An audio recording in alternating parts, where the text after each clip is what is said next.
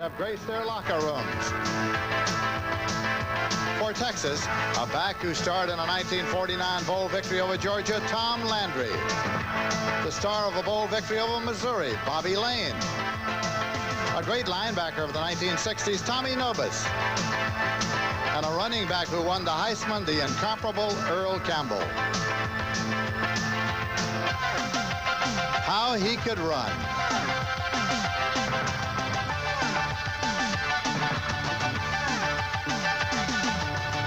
Defense is the trademark of today's Texas team. All-American Jerry Gray. All-American Mossy Cade. Lineman Eric Holly and Ed Williams. Texas has the #1 ranked defense in the nation.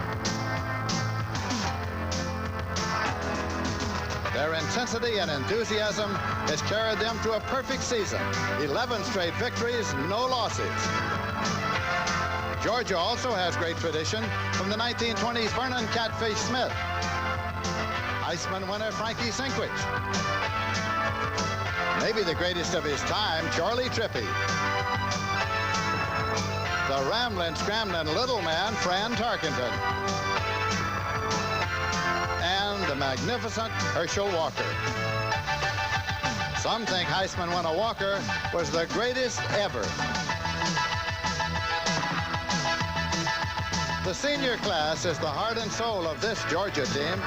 All-American Georgia. Terry Hogue. All-American Freddie Gilbert.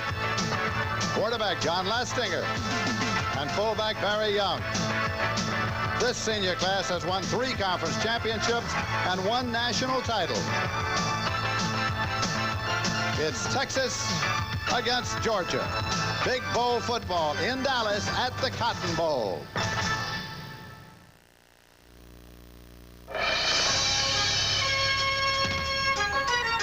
CBS Sports presents the 48th Annual Cotton Bowl Classic featuring the 7th-ranked Georgia Bulldogs versus the 2nd-ranked Texas Longhorns. Sponsored by Chevrolet.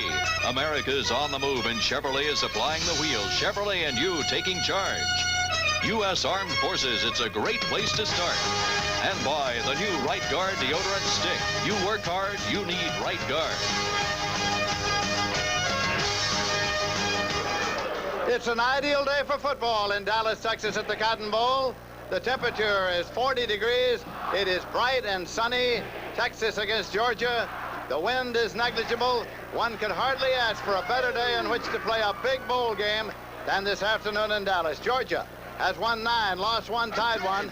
They lost to Auburn. They were tied by Clemson. They've lost only 2 regular season games in the last 4 years. The Texas Longhorns, one of 2 undefeated untied teams in the nation.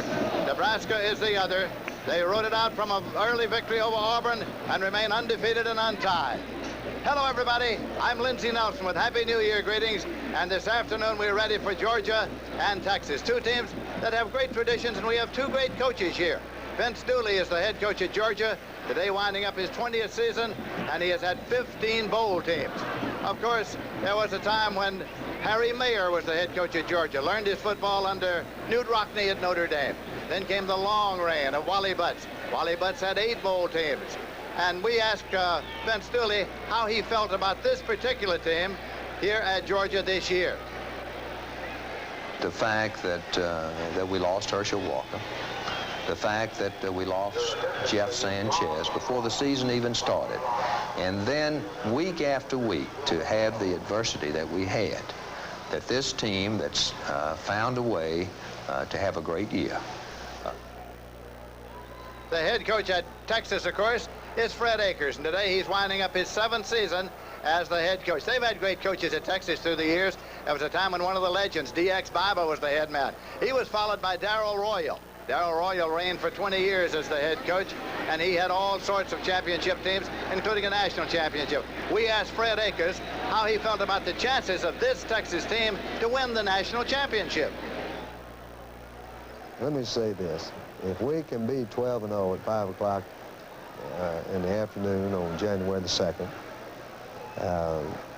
there's nobody that would convince me that we weren't national champions, because if we beat Georgia, we will have defeated more top football teams than any other university in this country. And so it's going to be Georgia against Texas here this afternoon. Southeastern Conference against the Southwest Conference at the Cotton Bowl. The 48th Cotton Bowl Classic in Dallas, Texas. It's the Georgia Bulldogs and the Texas Longhorns. And here come the Georgia Bulldogs.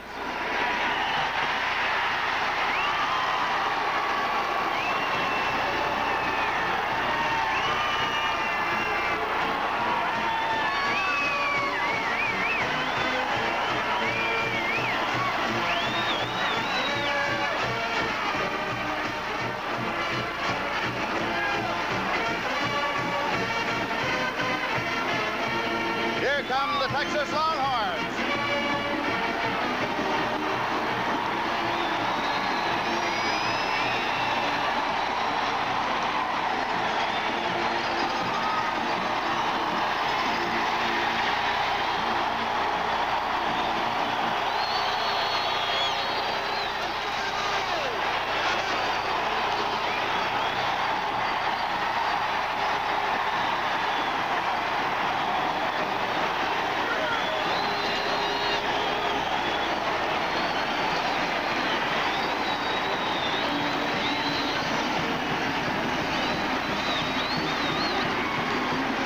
Talked about the tradition and all the hoopla that's going on right now. It's about time to talk about today's ball game. To do that, our colleague Pat Hayden. Pat? Thank you very much, Lindsey, and a Happy New Year to you all. Two outstanding defenses here today, but with a little different styles. Georgia runs a wide tackle six. They like to spread out those tackles and defensive ends, funnel everything inside to the linebackers who should make most of the tackles, Tommy Thurston and Knox Culpepper. The two stars of the Georgia defense, though, are defensive end Freddie Gilbert, number 90. He has outstanding speed, can run you down from behind. And the All-American Roverback, number 14, Terry Hogue. Now, he's a man who can play pass defense, but can also come up with a line of scrimmage and rush the passer, creating an 8-man defensive front. Now, the softness of this defense really is right up the middle, and that's what Georgia wants to do, go right up the middle with their fullback. Now, while the Georgia defense has not been dominating this year, they've come up with enough big plays to get here to the Cotton Bowl. On the other hand, the Texas defense, well, they have been dominated. They're the #1 ranked defense in the NCAA, and for good reason. They run a 4-3 defense, a little different for college football. The key here is their front four defensive linemen. Tremendous charge and penetration in the backfield. The key men here, the men who make most of their tackles, are middle linebacker Jeff Lighting. He's a man who's compared to Tommy Novus, and also the free safety, the All-American Jerry Gray, number 2, their leading tackler. Now, Georgia's their key and bread and butter is their fullback and option play. They want to try a couple things a little bit different today. Throw some deep passes early against the bump and run one-on-one coverage of the Texas Longhorns, and also have their quarterback John Lastinger change his snap count, use his voice inflection, try to draw that defensive front offside and take away some of that aggressiveness of the Texas front. So if you like defense, buckle up your chin straps. And so that about sets it up here at the Cotton Bowl in Dallas, Texas. We'll have the toss of the coin, and the coin used in the official toss is the 1983 U.S. Olympic silver coin. The U.S. Treasury Department has minted the coins to raise funds for the 1984 Olympics. The Georgia Bulldogs against the Texas Longhorns at the 48th Cotton Bowl Classic in Dallas, Texas. It is Georgia and Texas in the 48th Annual Cotton Bowl. We'll be hearing from our colleague around the stadium all afternoon. So for the first time today, let's go down to the field and Pat O'Brien. Thank you, Lindsey, and hi, everybody. The temperament of these two teams is worth talking about at the onset here. Georgia, for the first time in 3 years, finds itself in a different situation. They are not in contention for a national championship for the first time in 3 seasons. So Coach Dooley told me, look, we're going to sit back and relax, not too much, but try to enjoy the hoopla in the game. The pressure, he said, is on Texas at 11-0. If Nebraska falters, they still have a chance for a national championship. And I was just in with Coach Akers and his team, and he was telling his team, he said, look, fellas, this is what I talked to you about when I was recruiting you in high school. This is where we wanted to be all along. Let's take advantage of it. And he said, look, the Texas Longhorns this year is the best team I've seen. They're the best football team in America. Let's find out if they are. Let's go back to Lindsey. All right, Pat O'Brien, the teams are onto the field now. It's going to be Texas kicking off, Georgia receiving left to right as you look at your screen. There's the Texas record when they have come in here undefeated. It's going to be Jeff Ward kicking it off. Gary Moss has dropped back to receive it, along with Elbert Manning. Georgia Bulldogs have lost 6 of their last 7 bowl games.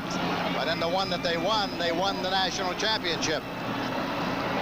College football, you kick from the 40-yard line. Jeff Ward, a freshman, has teed it up.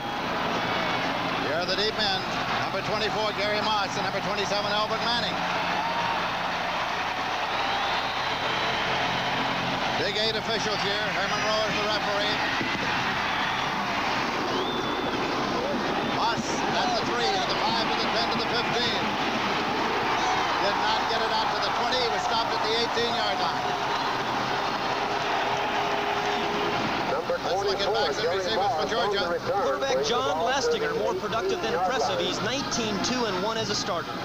Barry Young's the fullback. We expect him up the middle early in the ball game. And the offensive line tackle Guy McIntyre, voted the SEC's best blocking lineman.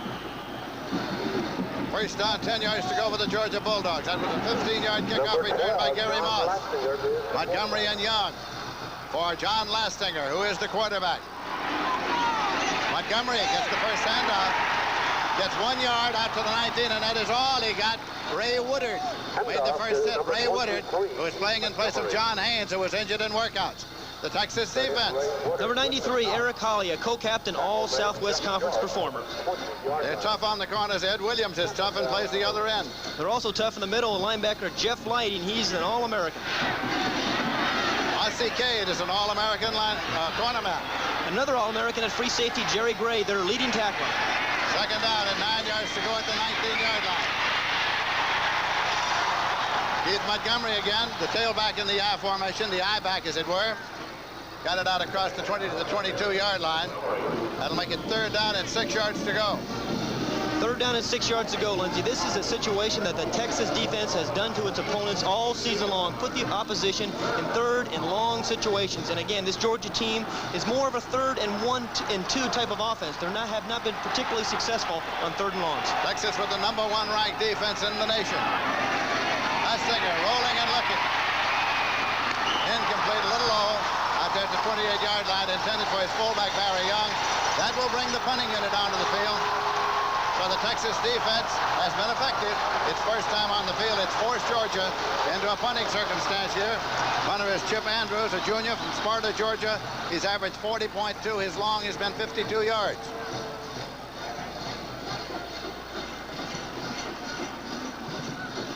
Jitter Fields has dropped back to take Andrews' punt. Jitter Fields, he's a free spirit. His teammates say he's on another page. He's back there anxious to get the football. Is that a compliment? I think so. Andrews, high spiraling kick. Jitter Fields is waiting. At the 33-yard line, he's got it. He's at the 35. Well, he's going to try to reverse, but can't go. Covered by the Georgia kick coverage. Out to the 36-yard line. 3-yard return of a 44-yard punt. Now here is the offense for the Texas Longhorns. Quarterback Rob Morrishow, one of 3 quarterbacks who have played this year, started 9 of their 11 wins. Ronnie Robinson is a tailback. He was shifted from fullback, and he is a native of Dallas, Texas. And in the center, Mike Ruther, an All-American candidate, is injured with his ankle, only playing at 80%. Doug Dawson, an All-American. Now McIver's come onto the field before the first play. He's the quarterback. They switch quickly to Rick McIver. He's the passing quarterback. So before they ever run a play, they change quarterbacks from the starting lineup that was announced. It is McIver. He can throw, and he's going to throw on first down. Wants to go long, and he does. Down to the 30-yard line. Into the 28-yard line to Bobby Mitchell. Mitchell, the tight end, 36-yard completion. All week long, everybody expected number 8, Rob Morrishow, to start at quarterback. He is more of a runner than a thrower, but at the last moment, Fred Akers sent in number 15, Rick McIver. Here's a man who threw 4 touchdown passes in the last game against Texas A&M. He is a thrower, a pure passer, and you can see why. The very first offensive play, he comes in, drills the ball down the field to his tight end, Bobby Mitchell. There's that sneaky man, Fred Akers. He told us Morrishow was going to start. First down and 10 yards to go at the 28-yard line. Morrishow almost started. And off to Ronnie Robinson. Tailback in the I formation for 1 yard down to the 27. Knox Culpepper, the linebacker, made the tackle. Second down and 9 yards to go. Rick That's set McIver. the Georgia defense now. Up front, we're looking at Mike Weaver. He is one of the men that they want to work on the soft spot in the middle. Freddie Gilbert, an All-American man. He's great on the pass rush, and he's great on the pursuit. Knox Culpepper, their leading tackler. Tommy Thurston from Jacksonville, Florida. He's the holler guy. He's been the heart and soul of that defense. Here's another heart and soul All-American, Terry Hogue, their overback. Second down, 9 yards to go for Texas at the Georgia 27. No score of the game having just begun in Dallas. Tailback gets it again. Taken out to the 24-yard line. Ronnie Robinson, the tailback. At the very beginning of the show, Lindsey, I mentioned that the Georgia defense plays a wide tackle 6. Now, it's a defense that plays 8 men up front, which is really a running defense.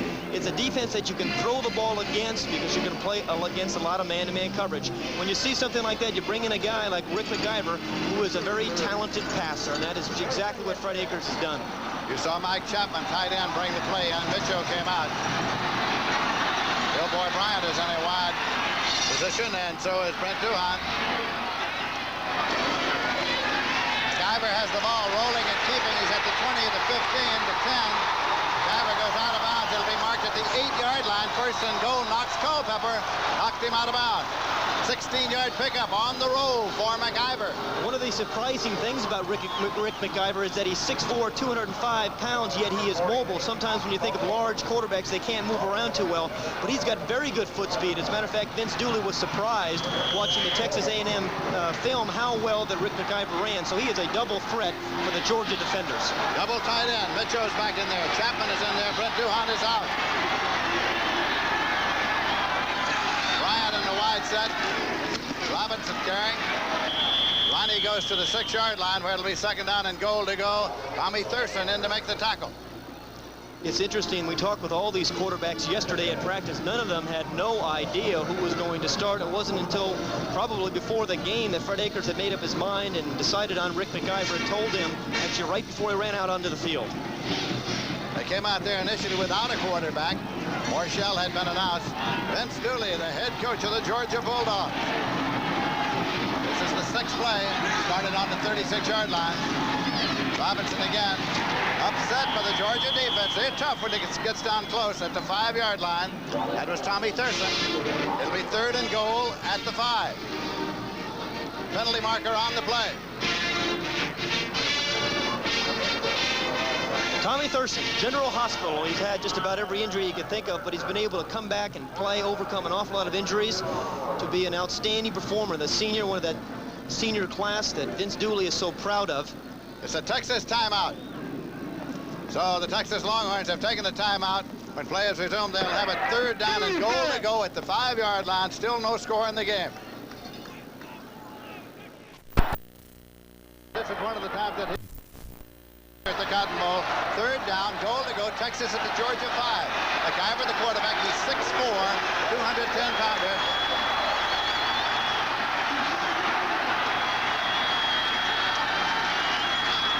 McIver.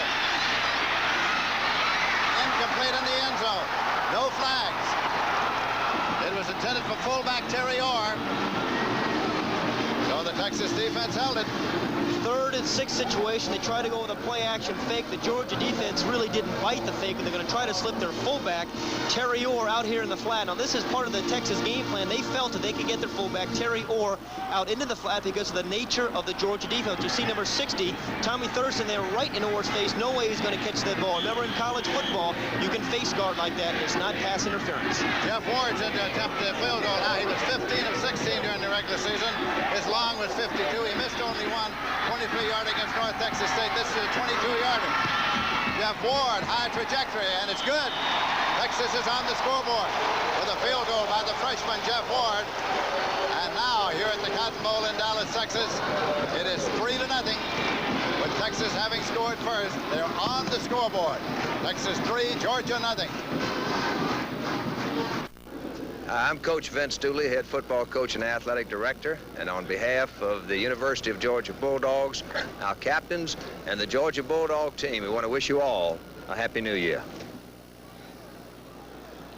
And now Jeff Ward will kick off. He has just booted his 14th consecutive field goal. That drive was 59 yards, 8 plays, 257. The deep men, Gary Moss and Albert Manning.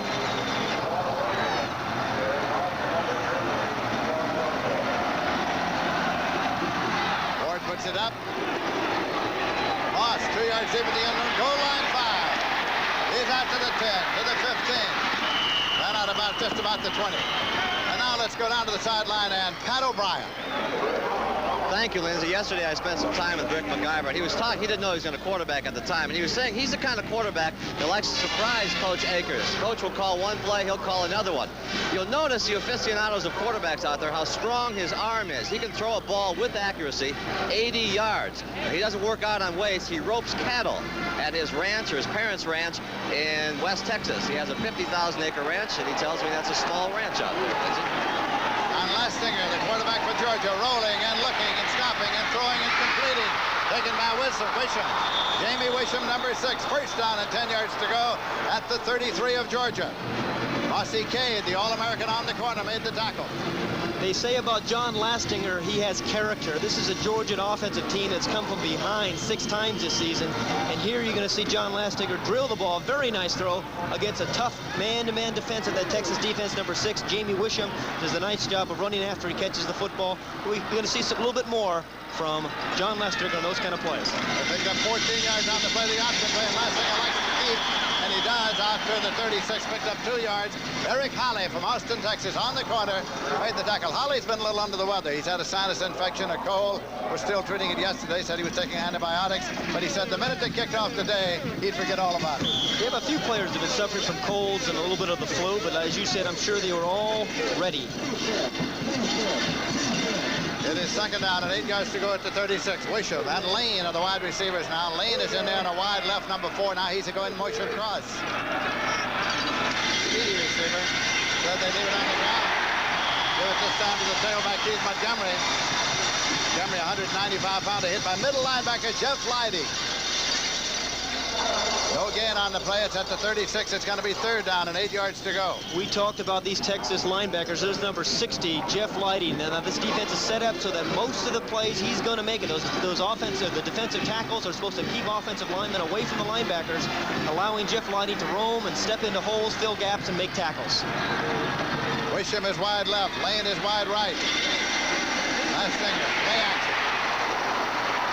Lane is the intended receiver, but he's well out of bounds, and so is the coverer. Mossy Cade is also out of bounds, so there's no interception. He was across the sideline marker. It'll be a fourth down punting circumstance now for Georgia. Man who got to the quarterback just as he threw was Ed Williams, the end. But there was that deep throw early, Lindsey, that Georgia wanted to do, testing that bump and run coverage of the Texas defense. But the Texas defense, Mossy Cade met the challenge there. It's the same game plan, really, that we saw Auburn have and SMU against the Texas defenders. Previous punt by Chip Andrews was 45 yards. Jitter Fields is back deep. That's Jitter.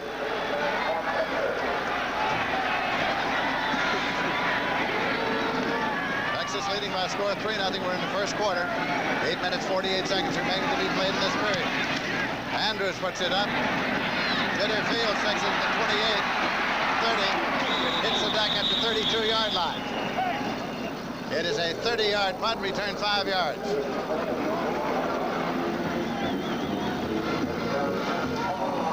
Reminder, next Saturday, a special edition of CBS Sports Saturday.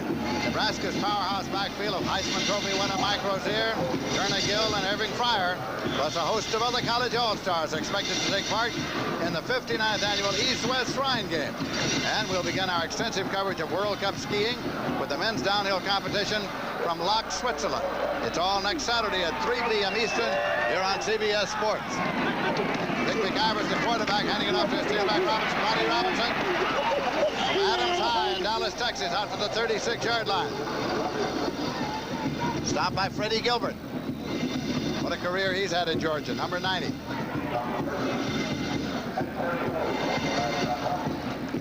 Here he is. They say he may be the fastest man for the first 3 or 4 steps in college football. Tremendous quickness. Great arm length, too. Knocks down a lot of balls and runs through quarterbacks and backs down from behind. Freddie Gilbert. Second down play coming here at the 36-yard line.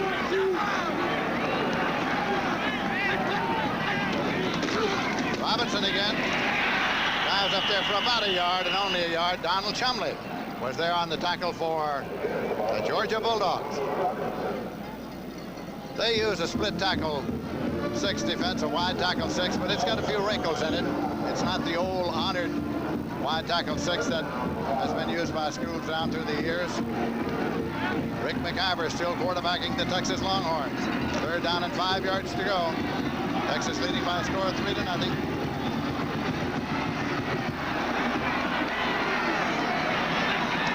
Epps is in the ball game. Incomplete, intended for Brent Duhon. That'll bring up 3rd down. I beg your pardon, 4th down. Bevo, the 12th. Eric Holly, the 1st. You're right. 7 minutes, 52 seconds left to play in the quarter. Delchik's in to do the punting. Average 43.7. His longest 67 against Arkansas. Ranked 6th nationally in punting. Another characteristic of Fred Akers' teams is very good special teams. Jimmy Harrell is back deep. He's alone back there standing at the 16-yard line. Delchik gets it off. High trajectory. Way up there. Harrell's waiting at the 8-yard line. Harrell to the 10. To the 15. Harrell to the 20-yard line. It'll be put in play by Georgia. 1st down, 10 yards to go at the 20. That was a 55-yard punt, returned 13 yards. And now the Georgia Bulldogs trail by 3, and they have the ball.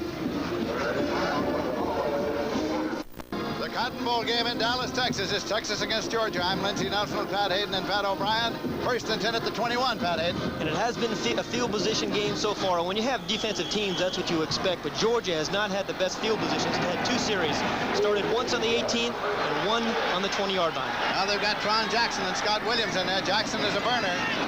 Last thing of the quarterback. Last thing of rolling and looking and throwing and completing.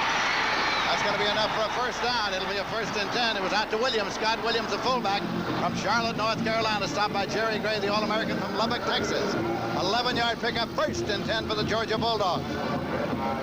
There is the All-American, as you mentioned. Again, their leading tackler, which is somewhat surprising on teams. The free safety should be their leading tackler. But again, the way this Texas defense is designed, he is going to be supporting an awful lot of plays, making a lot of tackles up at the line of scrimmage. Ron Jackson is the tailback. He's from Liberty, South Carolina. Has great speed. Then they give it to the young man. That's Williams, the fullback there. He got it out to the 40-yard line. Stopped by Eric Holly. Gain of 8 yards on the play. Be 2nd down and 2 yards to go. A little earlier, we saw the linebackers Jeff Lighting and Mark Lang make the play, but here you're going to see them overrun the play. And the fullback Scott Williams cut back. They get blocked. You saw Ty Allard, number 48, get blocked, and it allows Scott Williams to pick up a couple of yards. 2nd and 2 at the 40 in their own territory, the Georgia Bulldogs. Well, there's a penalty marker, and last thing when he finally got the snap, just decided to try to wedge him up there a little bit. That was exactly the snap count situation that we were talked about at the early part of the game. John Lastinger using his voice inflection, trying to draw the Texas defensive front, which is very aggressive, offsides. Here's the look, and we're going to see some more of this. A very good call, 2nd and short. He uses his voice inflection. You see the defensive lineman jump offsides there. The ball is snapped. That's an easy 5-yard. Good play by John Lastinger. And it gave it a good time for a 1st down. We've got offsides, defense, 1st down. Howard Rowe of the Big 8 Conference is the referee. 1st and 10 at the 45. Boy, penalties have been a story for Texas here this year. Led the Southwest Conference in penalties. Big Barry Young's in there, fullback now. Ron Jackson, they try to get him outside, but they can't because of Ray Woodard. Ray Woodard of Corrigan, Texas, in pursuit, made the tackle. The tremendous pursuit of this Texas defense. Watch number 70, Ray Woodard, as he comes in, he just follows the offensive guard who's pulling, and he's got pretty good speed to run down Tron Jackson. He's a big man, Ray Woodard, 6'6" and 260 pounds, but he catches the burner from behind. But the tremendous pursuit of this Texas defense. 2nd and 11. Georgia at the Georgia 44. Lastinger. Going long, and he's got it at the 25-yard line. It's Harris, Kevin Harris. 1st and 10 for the Bulldogs on the 32-yard pass play from Lastinger to Kevin Harris. Jerry Gray and Fred Acorn were covering, but now it's the Bulldogs in Texas territory. John Lastinger has been maligned all season long for his throwing, but you can't throw the ball any better than that. Against double coverage, he throws the ball over the shoulder right there to Kevin Harris, number 20, for a big, big play. As I said, that ball is well thrown. Nobody could have thrown it better. Now the question is, can the Bulldogs keep moving against that stout Texas defense that's ranked number 1 in the nation? Lastinger's got it on the option. He's thrown for a loss. This time Eric Holley from Austin, Texas, but a penalty marker on the play. There's a marker to be checked out. Loss of about 2 yards, or more than that, as a matter of fact.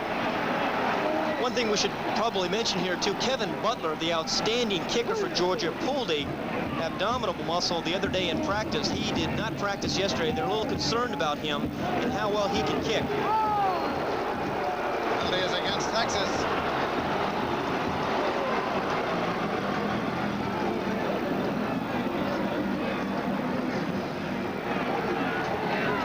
Talked about penalties. The Texas team has averaged 9 penalties a game. It's really hurt them all season long.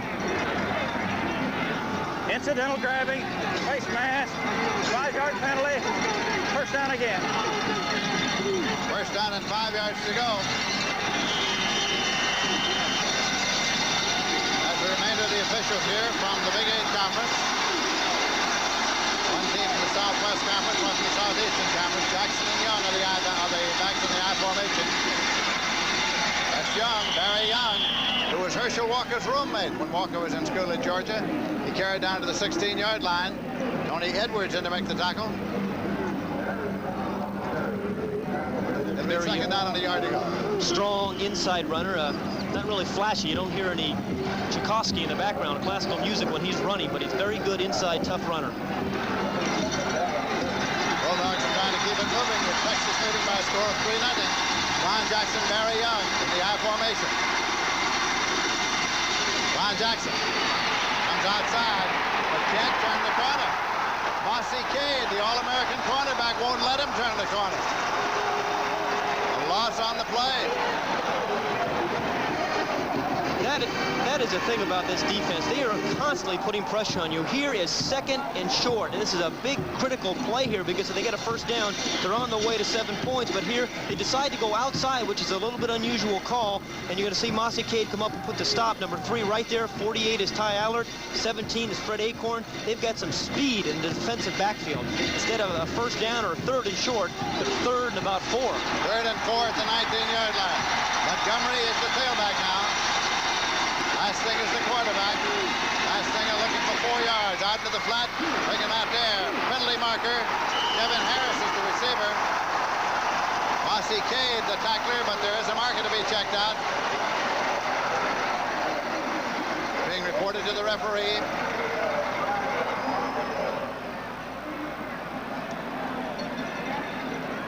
Referee's getting all his reports. What do you got? What do you got?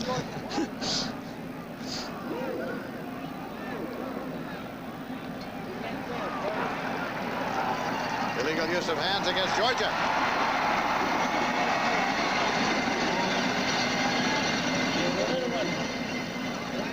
That's a Texas option. Tony Edwards up there.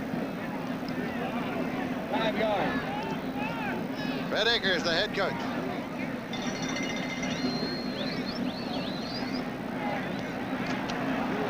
Illegal use of hands, 5-yard penalty, offense, decline, 4th down. They declined it, so it would bring up the 4th down. Vince Dooley, in his 20th year as head coach at Georgia, he sent Kevin Butler into the ball game. Now, Kevin pulled a muscle out here the other day. He's an outstanding field goal man. Jimmy Harrell will hold for him. This will be a 34-yarder. 34-yard field goal. Harrell holding for Butler. Nice mark right. Texas leading 3-0. Butler's field goal is no good. It is wide.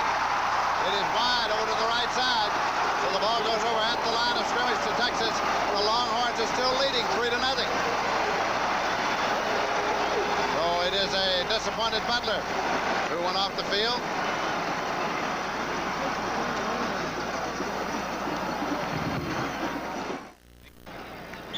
The Cotton Bowl game. That's Bevo the 12th of the University of Texas. That field goal missed by Butler is only the second he has missed inside the 40-yard line. That was a 34-yard attempt. Texas still leads 3-0. They have the ball first and 10, just short of the 20. Rick McIver still the quarterback. Warren Robinson in the eye. Audibilizing is McIver. Drops the ball and covers it at the 15-yard line. Loss of about 5 on the play. Make it 2nd and 15. There is Butler. He's had 56 career field goals, 4 off the NCAA record. He's only a junior, and as you mentioned a little earlier, Lindsey, that was his second miss. We just saw only his second miss inside the 40-yard line this season. He pulled a muscle working out here at the Cotton Bowl and did not come out yesterday when the squad came out for the pictures. Ronnie Robinson, the tailback, still struggling. Ronnie's belief that you ought to finish strong, and he finished for an extra yard right there out to the 17. Calvin Ruff, along with Tommy Thurston, made the stop. Neither team having really much success running the football. The Texas game plan, as we mentioned at the top, really they thought they could run the ball inside with their fullback and Ronnie Robinson. Again, to the soft spot, they felt, and the Georgia defense was right over the center and guards, but they've gone nowhere when they've tried to run the ball in between the tackles. Both coaches said before the game they expected to be a rough, tough, rock'em, sock'em, basic football game decided by the team that got the fewest points. McIver moves up. But it was down at the 35-yard line. It is not a catch. It is Brent Duhan, but the official who was right there says no. So they're cluttering all around now. But there was an official right there. He said that Brent Duhan trapped the ball. Rick McIver gets pretty good protection, steps inside the rush, again shows some elusiveness, then drills the ball to Brent Duhan. That ball did not look trapped. Here's another look at Brent Duhan as he comes back to the football. He's scrambling around. Can't really tell from that angle. There, the ball looked like the ball did touch the ground there. The official could hardly have been any closer. He was closer than I was, Linz. Here's another look. He looks like he has it first, and then he dropped the ball. He had it originally, dropped the ball touched the ground. He did trap it. Good call by the official. 4th down. Telchik is in to do the punting. 55 yards with his first one of the day. Gary Moss is deep, standing back to his own 38 to field it for Georgia. Telchik gets it on. Another boomer. Moss back at his 23-yard line. 25, 30, 35, 40, 45. Across the 50-yard line. Gary Moss with a fine return across the 50-yard line. So it'll be 1st down and 10 yards to go. Michael Felt made the tackle. 59-yard punt, return 30 yards.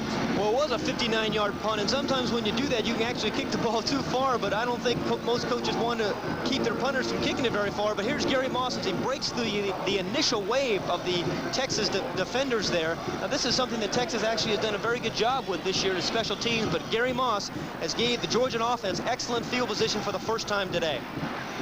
John Lastinger from Valdosta, Georgia is the quarterback, and Ron Jackson is the tailback, Scott Williams the fullback. Ron Jackson trying to make reverse. Jackson's got it. Couldn't stay off the sideline. Hit over there by Mossy Cade, the All-American, and there's a marker to be checked out. Ron Jackson kept trying to turn a corner and couldn't make it. Officials get together to check out the penalty on the play.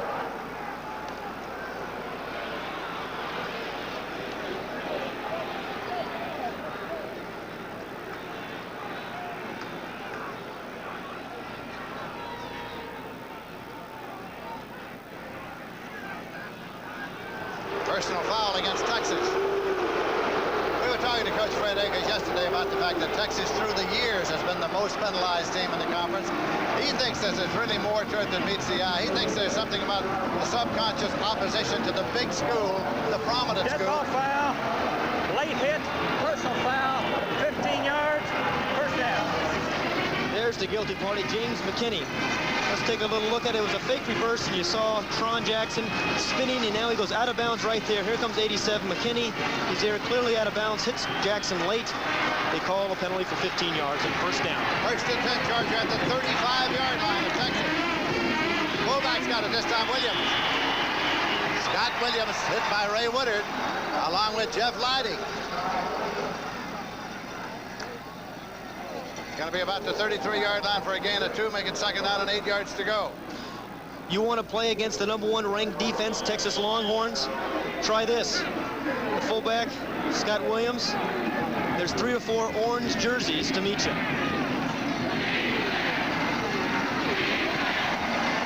Lastinger brings him up.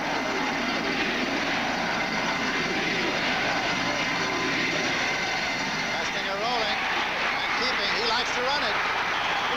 Lunges to the 30-yard line. James McKinney made the tackle.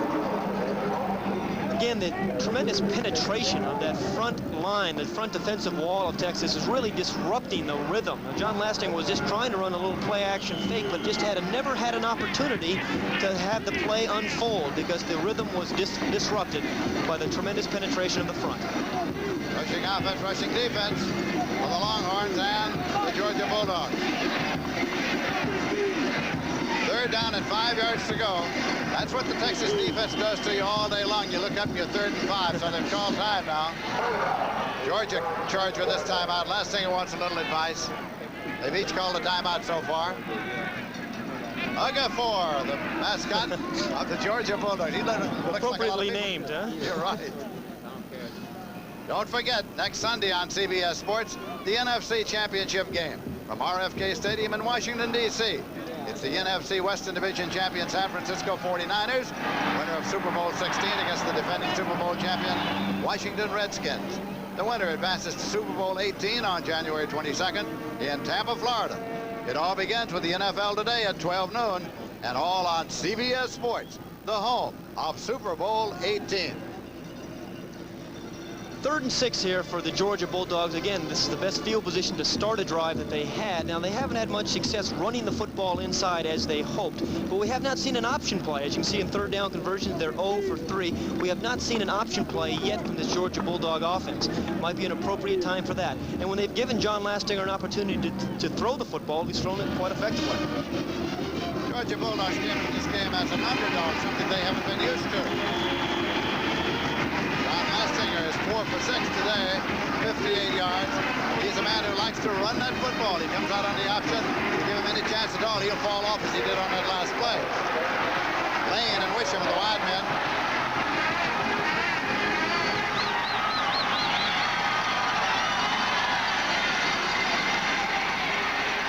Here to the fullback, Barry Young.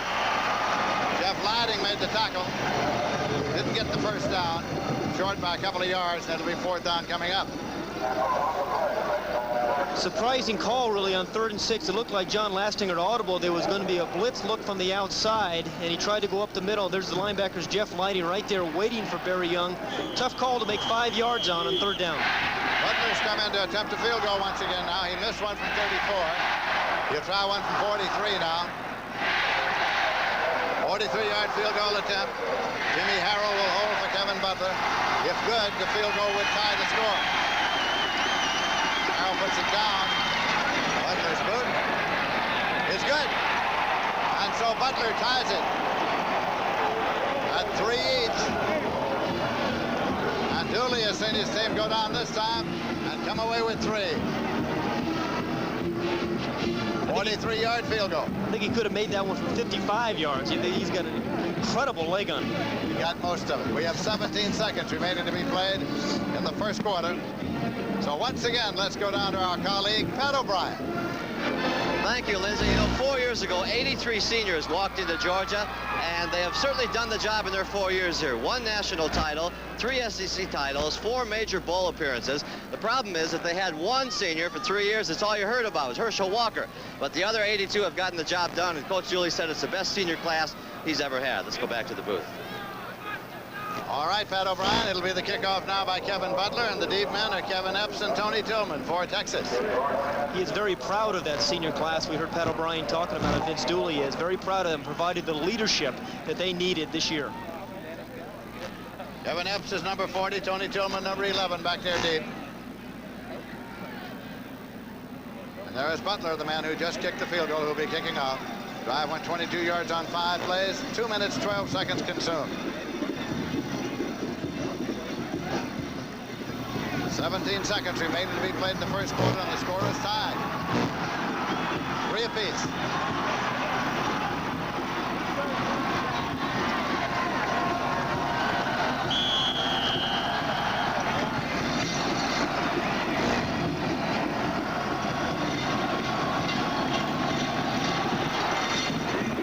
On the ground, fielded at the 11-yard line by Tillman, and Tony Tillman brings it back. Short of the 30-yard line, about the 29. Just bounced down there all the way on the ground, or on the turf. Painter made the tackle. Terry Hogue, number 14, the All-American. As I said earlier, Vince Dooley said he is the best defensive player I've ever been around. That's quite a saying. He's been the head coach for 20 years at Georgia. Terry Hogue twisted an ankle badly on October 29th against Temple, and it never has really healed. He's been hobbled ever since. Rick McIver still quarterbacking Texas. Ronnie Robinson to the 33, and Knox Culpepper made the tackle. Again, a 4-yard, 2nd and 6. And so time has run out, and at the end of the first quarter in the 48th Annual Cotton Bowl, the score is Texas 3 and Georgia 3. At the Cotton Bowl in Dallas, Texas, Lindsey Nelson with Pat Hayden and Pat O'Brien as we start the second quarter. The score is tied. Texas 3, Georgia 3. Texas has the ball with McIver quarterbacking. 2nd and 6. They have it at their own 33-yard line. To the tailback. Picked up a couple of yards on the play. Ronnie Robinson carrying. Here are the numbers on the first quarter's play here in the Cotton Bowl game. Well, we expected an even game, a defensive game. That's pretty much what we got. And the interesting thing on the Longhorn side of the ball, you see total yards 67 yards, but they got 60 of those 67 yards on their opening drive. Only 7 yards since then. Oddly enough, Georgia has 5 first downs. Texas has only 2. Score aside. 3rd down and 2 yards to go now. 32 for Texas. Robinson and Orr are the setbacks. McIver. On the fingertips out to the 45-yard line to Ronnie Robinson, the tailback. Terry Hogue made the tackle, an 8-yard pickup, 1st and 10 for Texas. This is the dimension that Rick McIver gives you on 3rd and 2, the opportunity to throw the football and pick up a 1st down. Again, notice his speed. He throws this run to his left, a beautiful throw to Ronnie Robinson, a former fullback who makes a nice catch and stays in bounds for the 1st down. Ronnie Robinson from Dallas, Texas, 6'2", 217-pounder. Grew up not far here from here in the Cotton Bowl. Right in this neighborhood. Epps and Duhan are the wide receivers now. Orr moves over. McIver. Taking it to the 15-yard line. It was Kelvin Epps.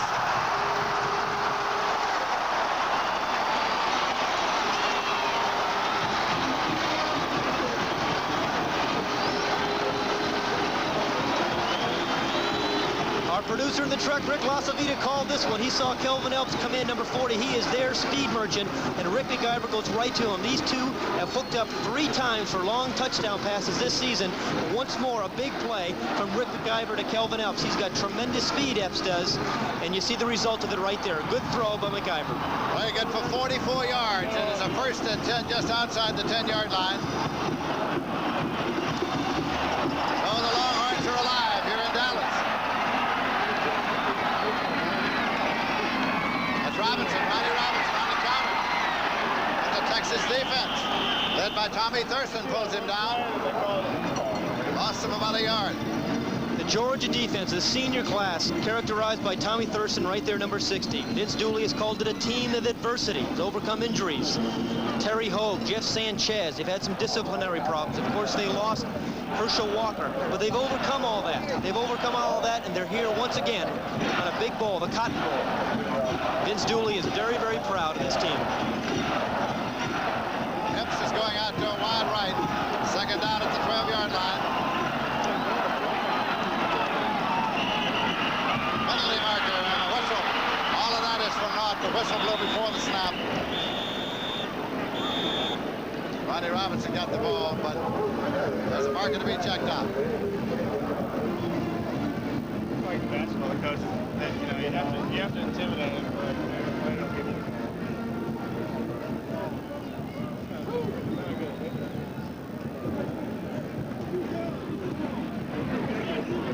Procedure penalty against Texas. That's a 5-yarder.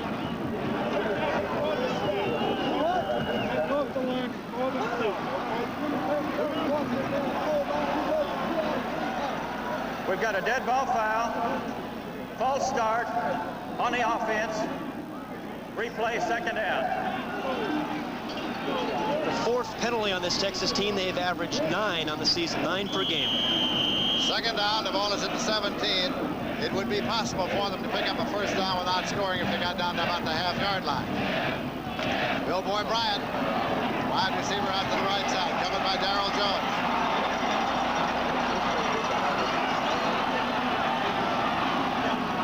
Moore moved over. Moore gets it on the draw. Moore goes only 2 yards to the 15. Gilbert on the tackle.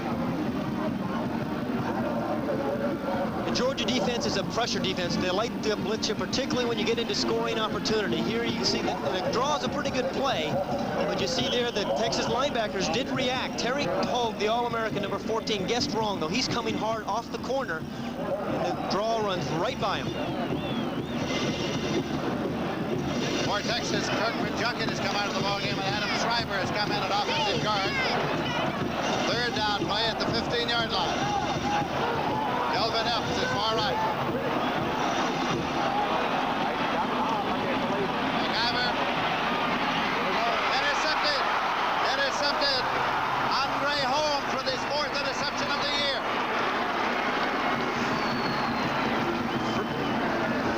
Fred Akers wanted a timeout there, as you could see, but Rick McIver did not see him, and perhaps this was one of the reasons why Fred Akers wanted a timeout. Perhaps it was a bad play. He rolls out, McIver does, and tries to force the ball. He has an awful lot of confidence in his arm, but the receiver is double covered. Number 16, Andre Holmes, is right there. McIver was trying to hit his tight end, Mitchell. It's 1st and 10 for the Georgia Bulldogs now. That's McIver. Score is still tied. Georgia 3, Texas 3. There's the Georgia quarterback, Lastinger.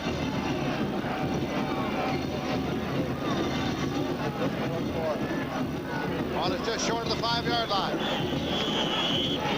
Georgia defense continues for the entire season to come up with big play after big play to keep their team alive. Husky is in the backfield now. Taken by Barry Young, the fullback. McCluskey played tailback a good part of the year for Georgia. Tony DeGreat made the tackle for Texas. End of about 2 yards on the play. You saw the Florida game, Lindsey, where Florida really marched up and down the field on the Georgia defense early in the game, but the defense really rose to the occasion and then it hung in there and allowed the Georgia offense to come back in the second half and win the football game. You look now from behind the tailback.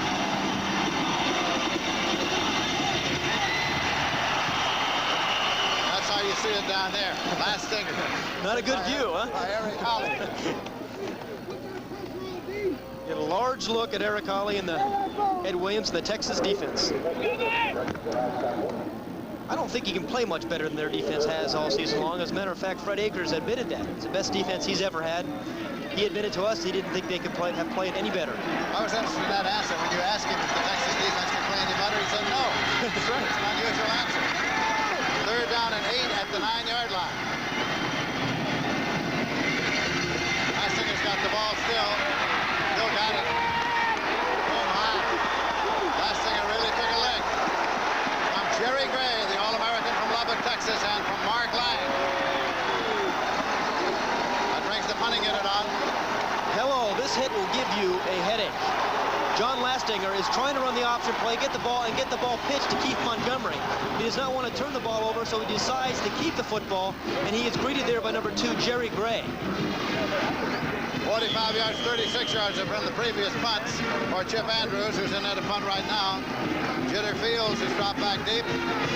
Jitter is standing at the Georgia 35, so Texas figures to come out of this in pretty good field position.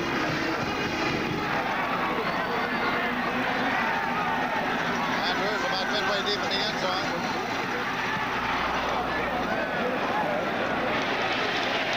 Jitter takes it back at the 45. Gets it up close to the 50-yard line. A 48-yard punt returns 7 yards. So when play is resumed, it'll be first down and 10 yards to go for Texas. They'll have the ball just about at midfield. Among the things they prepared for this game, both teams, was cold weather. In Texas, like the rest of the country, it was bitter cold all week. So both coaches were preparing for cold weather and for wind. Neither coach likes wind because they depend on their kicking game so much. They got neither. It's a perfectly beautiful day for football, the 48th annual Classic, the Cotton Bowl. Let's go back to Lindsay. All right, Pat O'Brien, first and 10 for the Texas Longhorns at the 50-yard line. Score tied 3-3. Rick McIver still quarterbacking Texas. Honey Robinson, the tailback. 45. Went out of bounds at the 42. Tony Flack knocked him out. The All-American Mossy Cade. His knee worked on, a little cramp.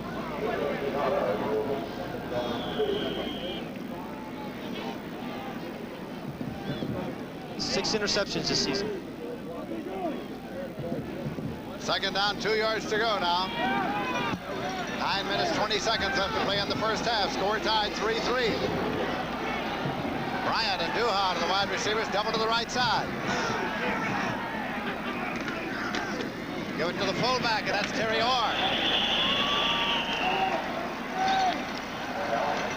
It's a little bit surprising that Fred Akers is not calling some more passing plays, and that's one of the reasons he started Rick McIver to use that big right arm of his. However, we saw him throw the interception down near the goal line. He's come back and tried to run the ball on the ground and do something there. There's that fullback trap. We saw Rick McIver actually audible to that. The soft spot in that Georgia defense right over the center. They picked up the first down. It's first and 10 outside the 38. First downs are even now at 5-5.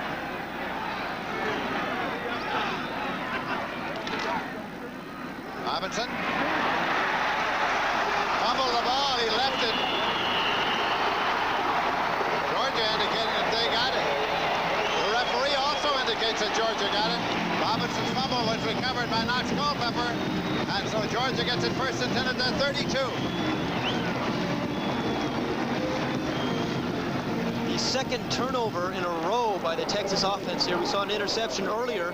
Here, Ronnie Robinson, number 49, breaks to the line, and the ball just pops out by a helmet right there, hits him. That's Thurston. The ball, Hogue actually hit him right there, number 14. The ball popped out. The Georgia defense recovers.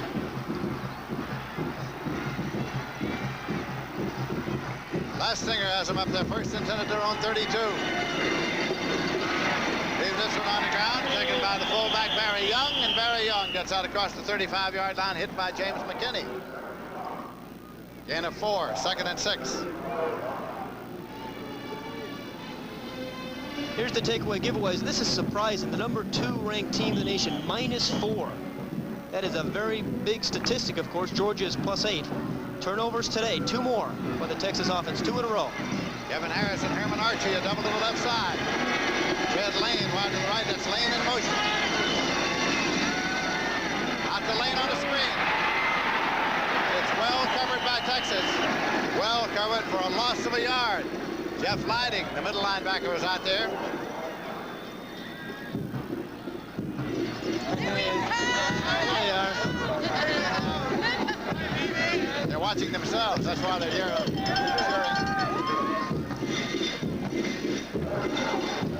Third down and 7.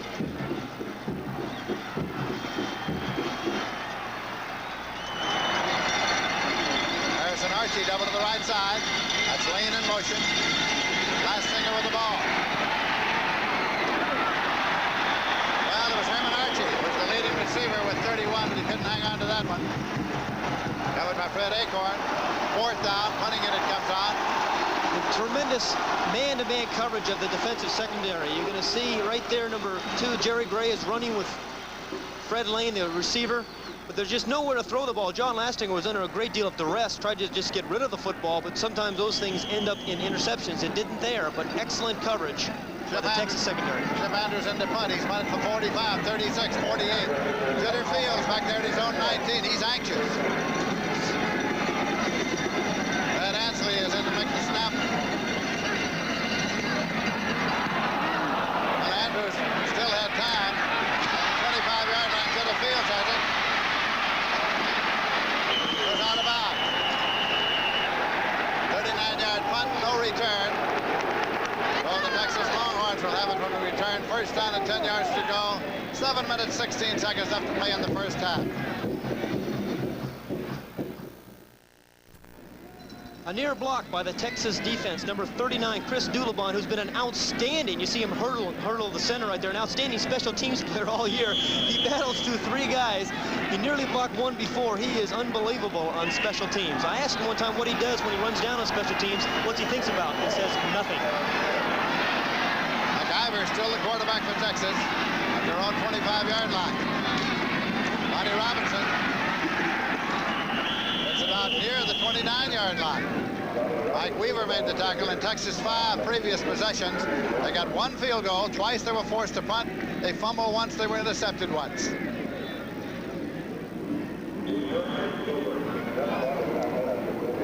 Here it is, exactly what has happened.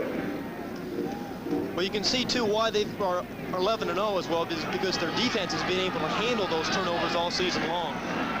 2nd and 6 at the 29-yard line. Score tied, 3-3. Make the draw. McIver wants to go, and he does, and it is incomplete. In and out of the hands of Bobby Mitchell, his tight end. 3rd and 6. Rick McIver has a big arm, and there's a little bit of confusion here in the receivers. Number 7, Brent Duhan, breaks out. You see the tight end actually coming behind him. Wasn't really sure who the ball was thrown to, but Bobby Mitchell gets his hands on the ball does pop out. But Rick McIver just drills the football so hard, sometimes it's very difficult to catch. 3rd down play. McIver. And he's hit, and he's sacked. And it is Terry Hogue who got to it. First sack. The All-American, twice All-American, Terry Hogue. Terry Hogue can beat you in so many different ways. He can defend, he can rush the quarterback. This is his 5th sack of the year. He blocked field goals. He's had 3 field goal blocks this season. That's why he's an All-American, the leader of this Georgia defense. Terry Hogue. Loss of 7 yards on the play. That brings in the punting unit. Telchik has kicked 55 and 59 so far. Average 43-7.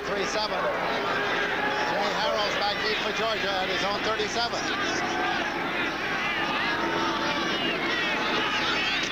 Telchik gets it off. Fair catch signal goes up from Harrell at the 42-yard line. So Georgia gets it first and 10 at the 42, a 36-yard punt that time. So the Bulldogs get it in good field position. The score is still tied. Texas 3 and Georgia 3. You know, we just saw that sack with Terry Hogue. Maybe a little revenge for him. He wasn't recruited by anybody in the Southwest Conference. He's probably the best-known Bulldog outside of Herschel Walker. When he came to the university, one of his teammates said, all I know about him is that he's a genetics major, whatever that is. He's a 3-8 student, studies 8 hours a day, a terrific guy. Let's go back to a couple of terrific guys. Pat Lindsay. Okay, we're not Pat O'Brien. We're not going to argue with that. We were up here in the high sky. At the 42 now. Lastinger's in at a quarterback. He's got Montgomery. He's got McCluskey at fullback. Lastinger's got the ball, and he's down for a loss on the play. From behind. And it was Jeff Leidig from Tulsa, Oklahoma, the middle linebacker. Loss of 4. Jeff Leidig, the middle linebacker, right up the middle. He slips the gap. The guard steps away. Shows some speed, but no one's blocking Jeff Leidig. It's amazing about this Texas defense. Over 30% of their tackles this season have been for losses. That's a phenomenal figure. Jeff Leidig is a little different. After a press conference this week, he was talking to some of the Texas players. Texas players said, what about Leidig? And they said, he's crazy. On the draw, Montgomery out to the 50-yard line. still short of the first down. Jerry Gray and June James made the tackle along with Ray Woodard.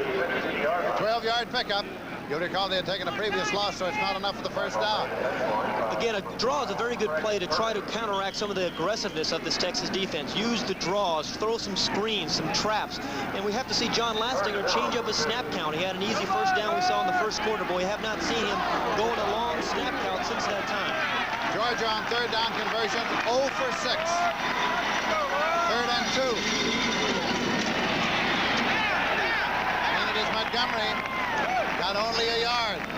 Not only a yard. He's going to be short. Tony DeGreat made the tackle. That would have been a perfect opportunity to use a snap count on 3rd and 2 situation where he can draw a team offsides, pick up 5 yards easily, and a first down. They take a long look, and then the referee indicates it is a 4th down. So Andrews will come into punt. He has punted 45, 36, 48, and 39 yards so far. Jitter Fields comes in to return it for Texas. Back inside his own 10-yard line. There's Jitter. Would you be concerned if your punt returner's name was Jitter? I'll tell you, he's wound up. He moves around back there. He really does. It's on a different page, yeah. 3:57 left to play in the first half. Jim Andrews, the punter.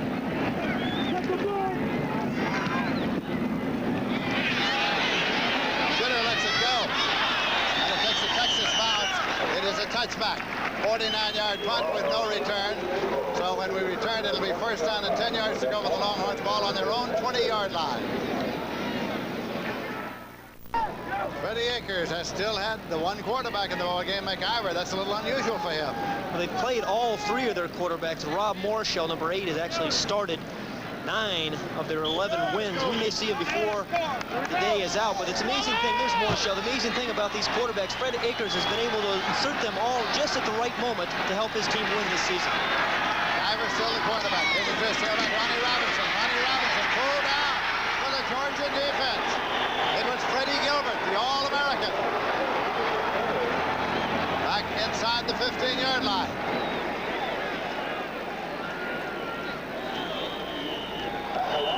Boy, was it ever Freddie Gilbert. Bottom of the screen on the left, number 90, right there. Again, we talk about that speed, and he puts his helmet right there on Ronnie Robinson, drives him back. They are not having much success, Texas is, running the football against Freddie Gilbert. Timeout, Georgia. The Bulldogs have called for a timeout.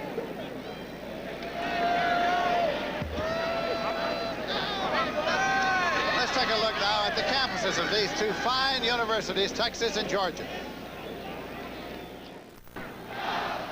The Cotton Bowl in Dallas, Texas. The score is tied. Georgia 3, Texas 3. 3 minutes, 23 seconds left to play in the half. It's not surprising that Texas is even or behind. They won 11 games this year, and in 6 of them they had to come from behind to win. 2nd and 14 at their own 16. McIver. Diving attempt by Duhan. It's incomplete. Covering was Tony Flack on that corner for Georgia. 3rd and 14. Rick McIver is very concerned about Terry Hogue. I saw him point there at Terry Hogue. Terry Hogue faked the blitz. We saw earlier on Hogue did come and blitz and sacked McIver. That time he faked the blitz. McIver was concerned about it. At the last moment, Hogue backed out and played pass coverage. McIver's 3 for 9, 89 yards and 1 interception. 3rd and long here. Ryan and Duhan are the wide receivers.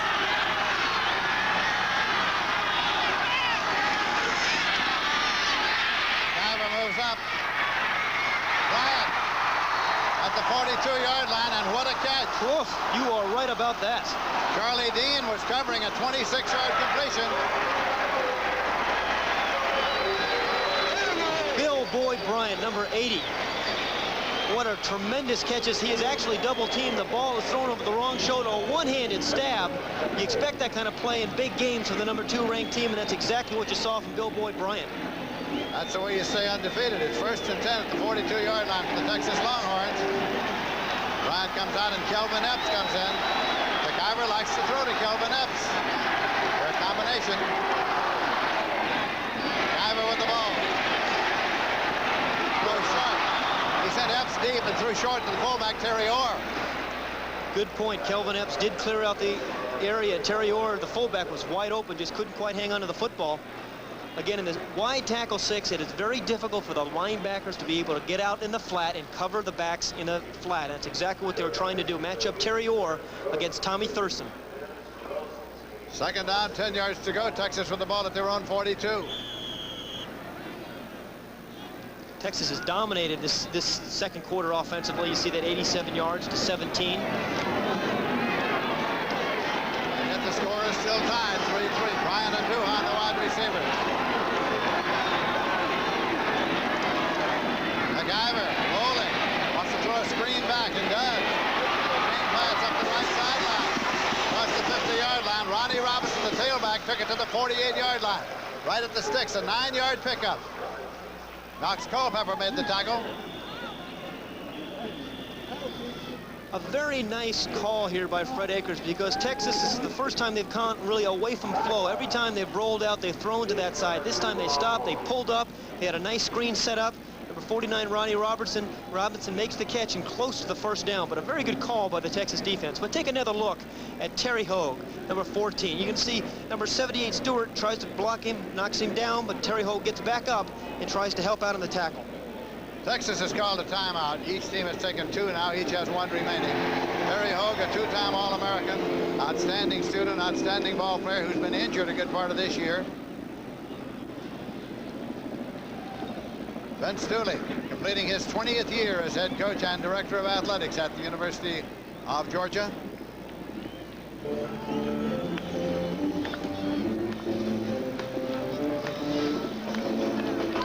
Stay with us during the halftime intermission now, because coming up we have a tremendous Cotton Bowl halftime show, the Offensive Player of the Year award, and we'll hear from both Earl Campbell and Herschel Walker, 2 Heisman Trophy winners who are here this afternoon to see their respective alma maters in the Cotton Bowl football game. That's all coming up during the halftime intermission, so we invite you to stay with us.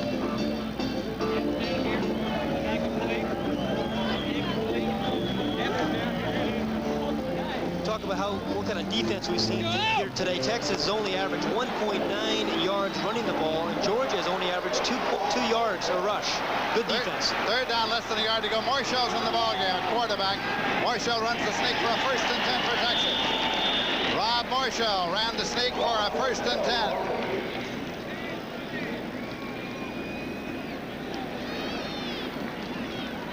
Fred Akers has had a real knack of being able to change his quarterbacks. All 3 of them. Looks like he's going to change them again as Rob Marshall comes out. Rick McIver comes back in. But Fred Akers has called on the talents of all 3 of his quarterbacks, Todd Dodge being the 3rd, at the right time to help his team win.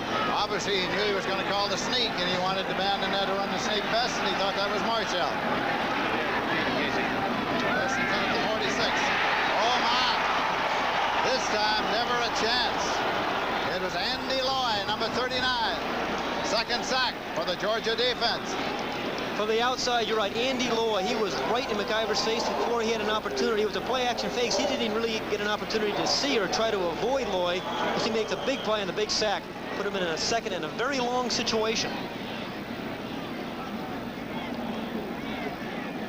2nd sack. That was a -9. 2nd down and 19 yards to go. McIver out of time. And he completes it. Taken by Mitchell. Bobby Mitchell, the tight end. 1st and 10 at the 33-yard line. 22-yard pickup on the play. A nice today to look at Bobby Mitchell. Now, coming into the game, he only had 4 catches, but he caught 1 ball on the first play of the game. Here's his 2nd catch right now as he's working against Andy Loy, the man who made the sack a little earlier. Ball is really thrown behind Loy, and Mitchell makes a nice adjustment in catching the football. We've seen the receivers of Texas make 2 very good adjustments. That's Andy Loy down getting attended to. Well, we've seen the receivers of Texas, Bobby Mitchell there making a very nice adjustment on the football. We saw Bill Boy Bryant earlier make an adjustment to catch the ball. We're delighted you've joined us today for the Cotton Bowl, and we have now coming up a message from the Cotton Bowl Athletic Association telling you how they feel about your patronage of the Cotton Bowl game. Screen left, and Robertson couldn't hold it. It's simply an incompleted pass. Fake the reverse through the screen left, incomplete. And boy, was that screen set up. He had 2 or 3 blockers out in front of him and did not hold on to the football, just was looking downfield. Rick McIver, again, we saw a big play a little earlier on the screen pass to Ronnie Robinson. Again, backside, Hogues put a lot of pressure on him. Ronnie Robinson took his eye off it, but he had it well set up on the left side of the field. It's 2 straight that Ronnie Robinson's dropped. Overall, McIver is 6 for 14, 146 yards and 1 interception. Mitchell has caught 2 of them for 59 yards. Duhan and Bryant are the wide receivers. 11th play on the drive. Score tied 3-3. Completed to Duhan at the 21-yard line. Tony Flack, the defender. Number 8.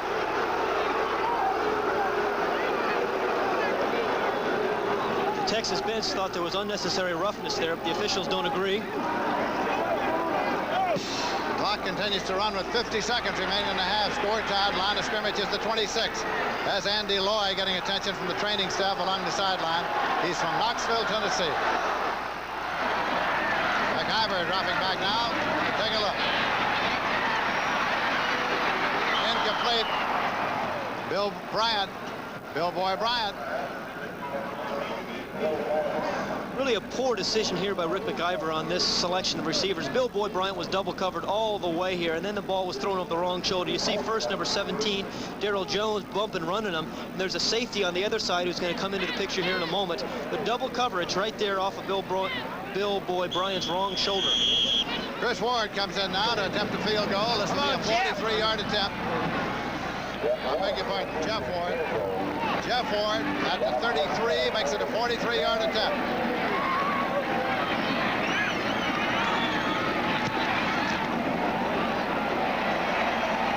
It's no good. Wide right.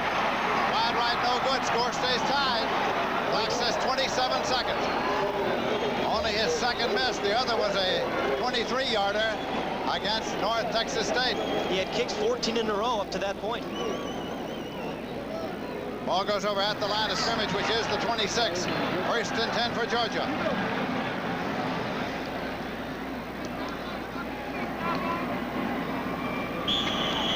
Still a 3-3 ball game. Texas had the ball for 13 plays, used up 3:16 on the clock, and came away empty. Story's the same, lots of defense. Lasting is the quarterback, as he has been all the way for Georgia. To the tailback, and that's Montgomery. Keith Montgomery to the 29-yard line. Tony DeGreat made the tackle. Clock is running. Each team has 1 timeout remaining if they want to use it. But it's counting right on down to 10 seconds. And down to 7 seconds. That's Loy being assisted up to the locker room, which is up that ramp. Knee surgery a year ago. We're certainly sorry to see that happen. And the clock ran out before the snap. So with the score tied 3-3, we'll be back. As the teams head for the locker room, we'll be back for halftime activities here at the Cotton Bowl after this word from your local. I think we're going to see another great defensive second half, in my opinion. How are you enjoying being out of football? I'm asked that quite often, Lindsey, and I can tell you truthfully that I thoroughly enjoy being away from the game. I coached and had a great time while I was doing it, and, but I'm enjoying where I am right now. Darrell, thank you so much for all the thrills you gave us. Thank you, Lindsey. Second half.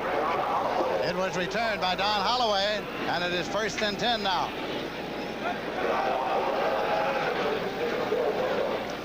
Quarterback comparison, John Lastinger has actually threw the ball very, very well, but all of his yardage came in the first quarter, was not effective in the second quarter. Rick McIver had that good opening drive in the second quarter, big interception that really kept his team from scoring again. McIver starting at quarterback again for Texas. He's quarterback the entire game. 1st and 10 at their own 28, score tied 3-3, started the third quarter. Leave this one on the ground, and it's taken by Terry Orr, the fullback. He got out to the 30-yard line, stopped by Dennis Sims. there's the turnovers, as we talked, have been the key. And really the critical one there was the big interception by McIver, as Fred Akers was trying to call a timeout, change the play, and come up with something different. McIver, of course, didn't see him and threw the interception. But it has been a game of defense. And John Telchik, actually, the Texas punter, has been a big factor, too. He's averaged 50 yards a punt in the first half. Kelvin Epps is in there. He's a fine receiver, and he's in the wide right. McIver gets rid of one of his own men. It is across the sideline marker. Bobby Mitchell, the tight end. Incomplete. Here's a look at Andy Lloyd. This is what you certainly hate to see. Like we said, last year he was out with knee surgery. There he's in with a bubble cast. This is not a way to start 1984. He wants to be out there with his team. A sophomore from Knoxville, Tennessee, Andy Lloyd. Third down and 8 yards to go for the Texas Longhorns. In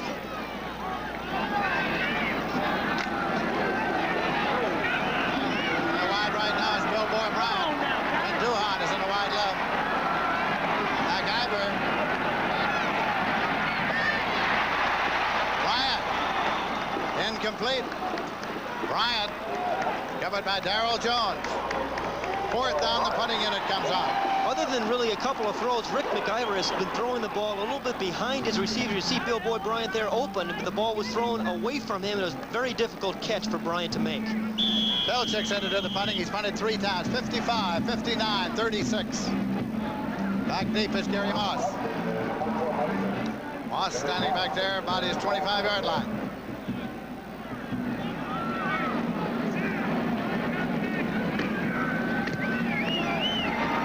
High trajectory. Moss at his 20-yard line. 25, 30. First and 10 Georgia at the Georgia 30-yard line. Tackle was made by Ty Aller. 50-yard punt, return 10 yards. Lindsey, I wanted to congratulate you. This is your 24th Cotton Bowl appearance, I understand. And actually, between us, we've got 26 now, right? You're exactly right, Beth. We have. But congratulations. Thank you very much. There he is. Messinger handing it off to his tailback, taking back Keith Montgomery, and Montgomery is spilled at the line of scrimmage. It's going to be second down and 10 at the 30-yard line.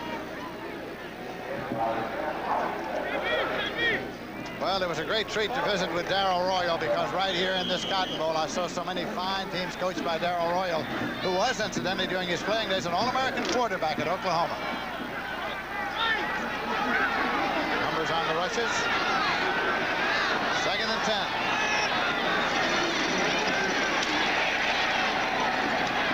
Incomplete. Third and 10. Herman Archie, the intended receiver. I believe it was his 1969 team that won the national championship. Actually, that was the last national championship the Southwest Conference has had. The 2 Cotton Bowl games, one that followed the 69 between Notre Dame and Texas, were 2 of the greatest football games I ever saw. Successive years. Texas won the first one in 70, and Notre Dame won the next one in 71. Georgia is 0 for 7 third down conversions. Very good defense. Third and 10. Note the Texas defense ranked #1 in the nation. Stinger. Well, I think it was Herman Archie for whom it was intended, but overthrew him by a considerable amount. Lady Acorn was covering. So Chip Andrews comes in to do the punting. He's punted for 45, 36, 48, 39, and 49. You're going to get a look at why Georgia has not converted on third down. Look at the coverage here. Mossy Cade and the number 17, Fred Acorn. There are just no open receivers there. Nowhere for John Lastinger to try to get him the ball for a first down. Jitter Fields is back deep. Jitter is ready. He's always ready. Back at the 20-yard line.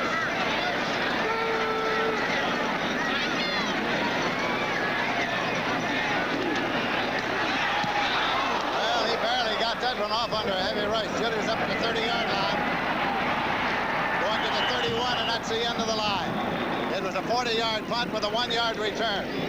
So when play is resumed, Texas will have the ball first and 10. They'll have it at their own 31. Tackle by Melvin Simmons on the punt coverage.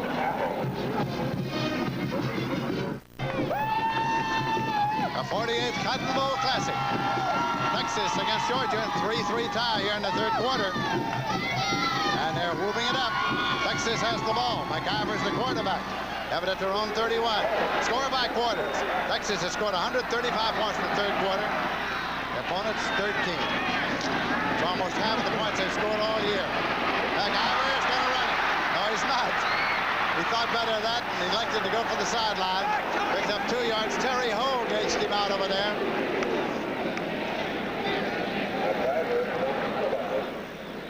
Second and 8 at the 33. This is a 3-3 tie. If you wonder about the lowest scoring Cotton Bowl game ever, that came in 1959 when Texas Christian and the Air Force Academy played to a 0-0 tie. Let's take a look there at Terry Hogue. It's a little bit surprising how well he's played and actually how long he's played at that injured ankle. As you mentioned, he injured in October 29th, I think you said, against Temple. Right. And it's been very severely sprained and tore some ligaments, but he's out there playing and playing exceptionally well. Terry Hogue, the senior. One of the most disabling injuries in all of football, a severe sprain of the ankle. This is Robinson to the 38-yard line before Tommy Thurston came in to make the tackle.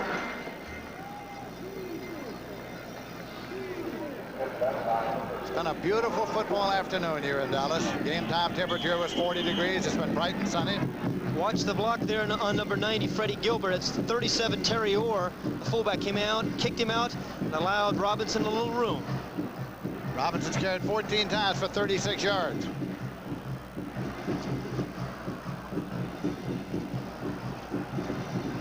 Third down, 4 yards to go for Texas.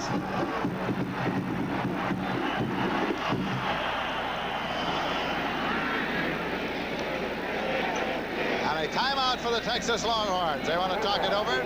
The score is still tied 3-3, 12-14 to play in the third quarter. Hello, I'm Fred Akers, and for all of our Texas Longhorns, we'd like to wish you a very happy New Year.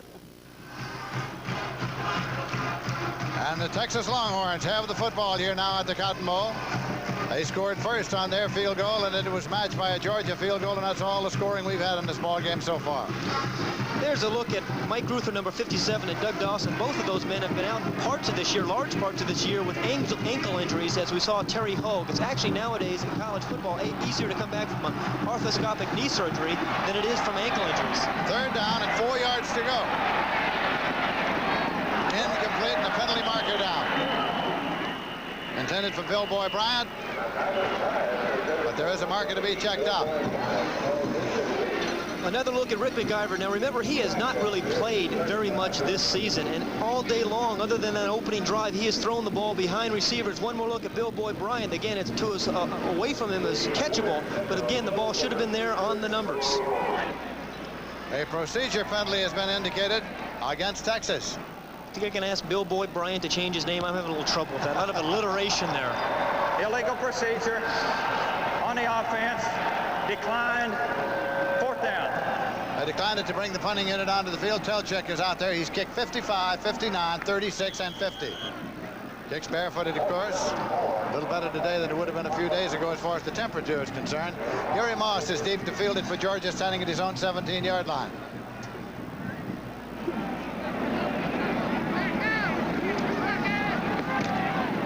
Telchik again. Brings it up there. Moss has it at the 5-yard line. Gets it out across the 20. Fumbles the ball. I think it's Boswell on the ball. I think it's Boswell on the ball for Georgia. 57-yard punt return, 17. Really a poor decision, though, on Moss's part to try to return that ball. Telchik just boomed it. He should have let it go into the end zone. Holloway made the hit. Here's a look at Moss as it returns. It ends up being okay because Georgia recovers the football, but it could have been disastrous for the team. There's the ball there on the ground, but we see the Georgia team recover it. Keep possession. Ron Lestinger, the quarterback for Georgia. He has been all day long. There's a flag thrown at the line of scrimmage, right into the stack.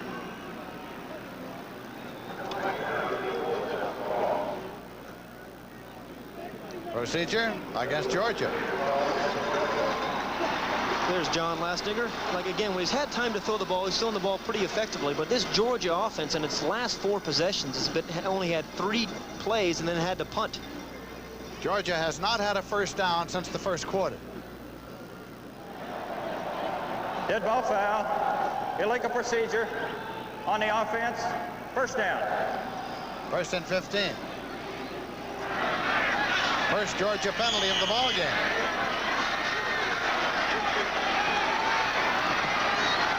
Score tied, 3-3.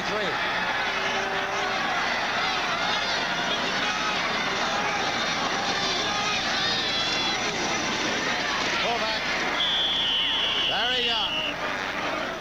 Just up to the 20-yard line, gain of about 3.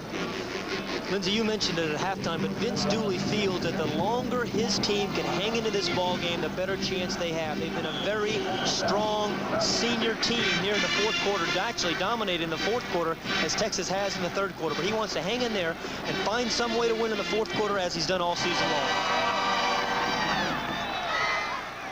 Second down play here. Lastinger keeps it. Gets to the 24-yard line. Freddie Akers, finishing his 7th year as head coach. He played his college football at Arkansas, was 9 years on the staff of Darrell Royal at Texas, went out to Wyoming and coached a couple of years. Then when Royal retired, Freddie Akers was brought back to Austin to become the head coach of the Longhorns of Texas. What a nice job Freddie Akers has done. He started with defense. He puts his best athletes on defense. He wins with defense and special teams, gets a big offensive line and a quarterback that won't lose for him. 3rd and 9 at the 24.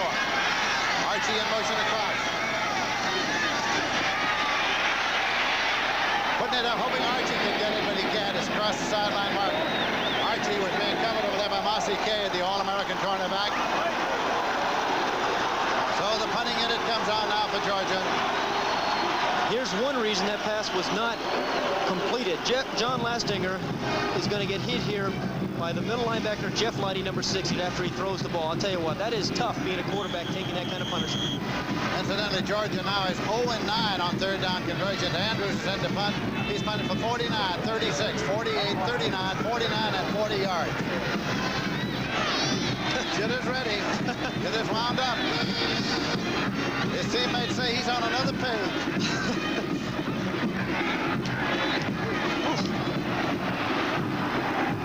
Barely across the 50-yard line. Ford went across the sideline marker.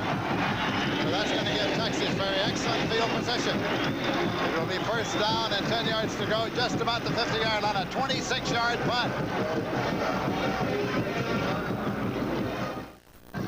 John Lastinger, the Georgia quarterback, who's had the unenviable job of trying to direct an offense against the nation's #1 ranked defense.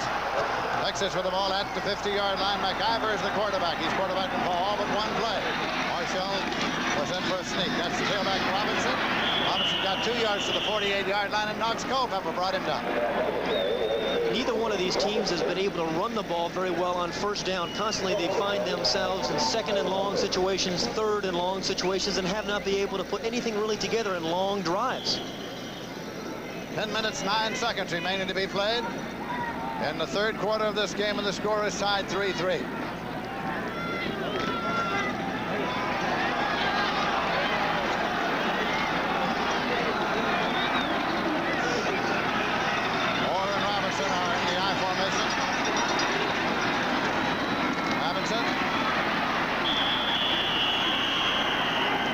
Made the tackle. Kenneth Sims there as well at the 46. Lindsey, just to kind of reinforce what I was saying about running the ball on 1st down, Georgia has only averaged 2 yards a carry on 1st down, and Texas has only averaged 2 yards on 1st down. So again, it's put them in a lot of passing situations. Vicky.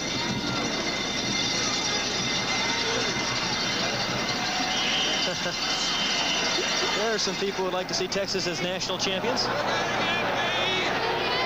Only 2 undefeated untied teams in the nation coming into today's game. Nebraska, they play Miami tonight, and the University of Texas. So timeout has been called out now by Texas. They have 1 left.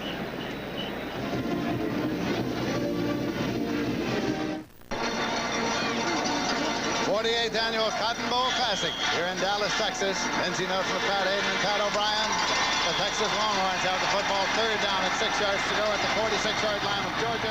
3-3 tie. Duhon and Bryant, a double to the right side. For McIver, who has the ball. Bryant at the 31-yard line. Bill Boy Bryant. Knox Culpepper made the tackle. The fine linebacker 15-yard pickup. Terry Hogue decided to blitz Rick McIver here, freed Bill Boy Bryant to be one-on-one right there. Catches the ball wide open. It wasn't until number 16, Andre Holmes, tried to come in and make the play, but a big third down conversion for this Texas Longhorn offense. They have not put too many first downs successively back-to-back. This time they send Bryant far to the left side. Epps is in the ball game. Leave it on the ground, and carrying this time is John Walker. John Walker in there, tailback for Texas. Got it to the 24-yard line. Kenneth Sims made the tackle.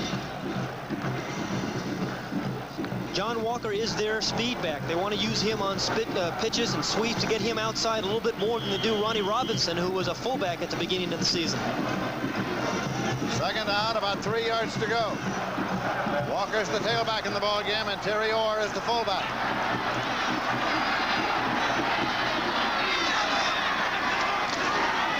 Orr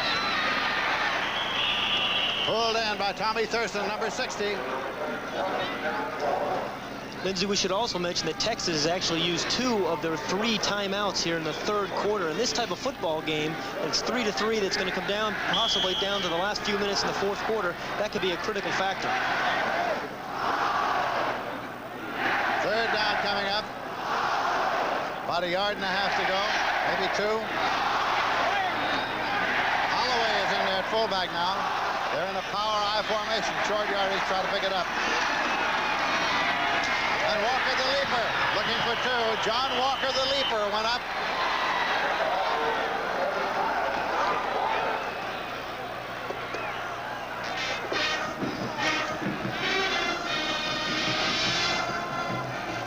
They're going to bring out the chain. That was a third down play.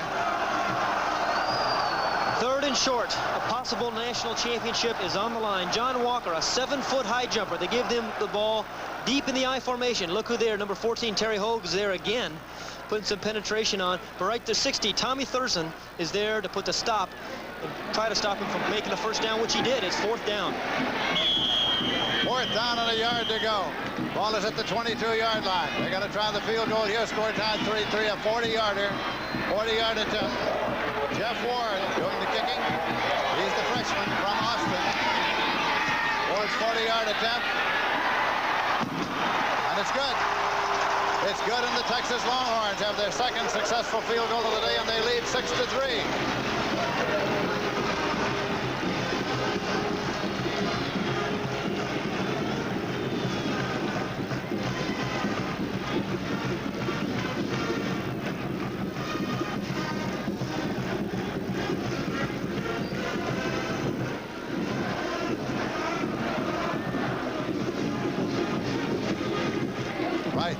Right. Don't forget, next Sunday on CBS Sports, the NFC Championship game from RFK Stadium in Washington, D.C. It's the NFC Western Division champion San Francisco 49ers, winners of Super Bowl 16, against the defending Super Bowl champion Washington Redskins. The winner advances to Super Bowl 18 on January 22nd in Tampa, Florida. It all begins with the NFL today at 12 noon, all on CBS Sports, home of Super Bowl 18. Boy, did those Redskins look impressive yesterday, didn't they? They did that. Whew. Jeff Ward will kick it off. Jerry Moss and Albert Manning are the deep men.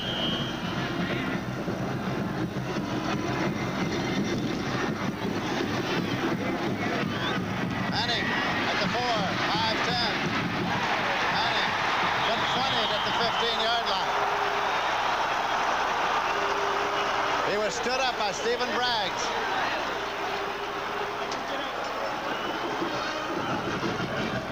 Georgia trails by 3 points. 7 minutes, 5 seconds left to play in the third quarter. They have the ball at their own 15-yard line.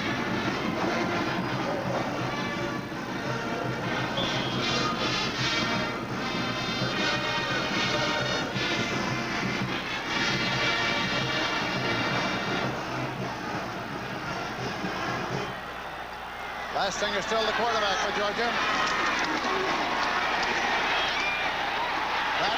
Deflected, incomplete. 2nd and 10.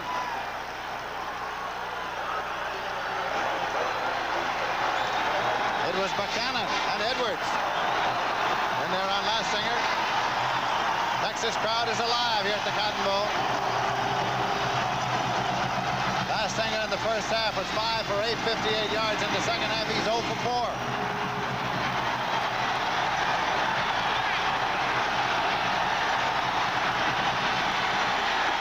Archie in motion.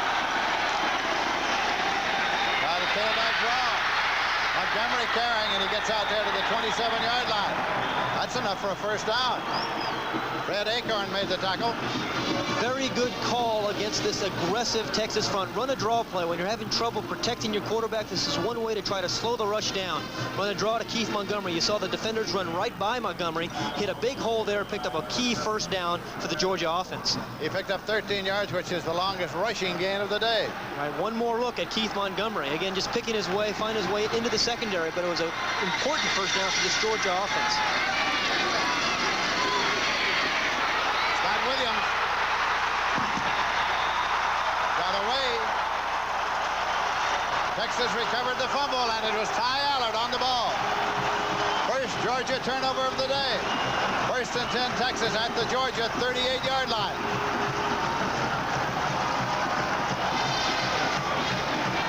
This Texas defense has a way of doing this to you. They pound on you, all day, and sooner or later the ball comes loose. Right there, it pops out, and you can see Scott Williams let the ball go loose. Number 48, Ty Allard, is right there to make the recovery. It was 87, James McKinney, who made the tackle. There's 48 Allard to make the recovery for the Longhorns. Gives them very good field position. It's still McIver at quarterback. Robinson. Ronnie Robinson, the big tailback. Knox Culpepper forced him out about the 29-yard line. Boy, did he get a nice block by his wide receiver, Bill Boyd Bryant.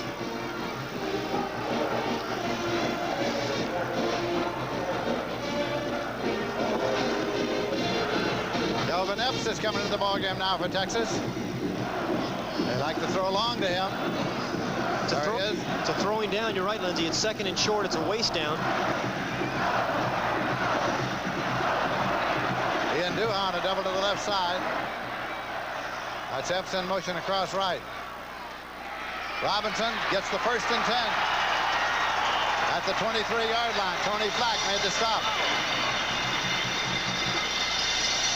We asked Coach Akers yesterday if Texas would be in any manner inclined to run up the score in view of the fact that they will be in competition with Nebraska, who plays tonight for the national championship, if they win. He said simply that they wouldn't tend to run it up, but they certainly wouldn't sit on it. Well, right now, he's just fighting for his life, trying to come out here with a win.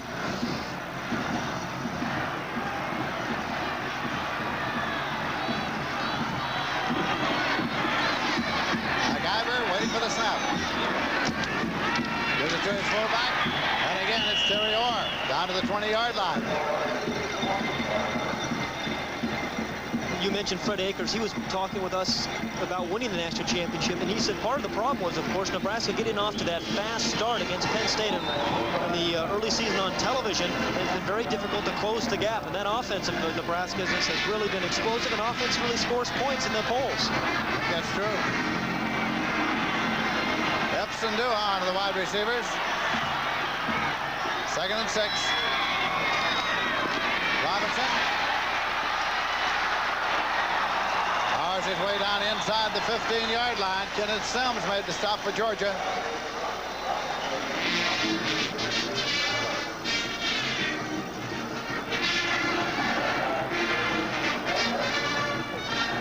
Gonna be 3rd down and a yard to go. This Texas offense is really much like its defense. It's big, it's physical, it's a type of offense that's going to wear you down. Here comes Rob Morshall into the game on 3rd and 1. Remember last time he came in for the one play for the quarterback sneak. Yet indeed, this is his 2nd play. Morshall is in there.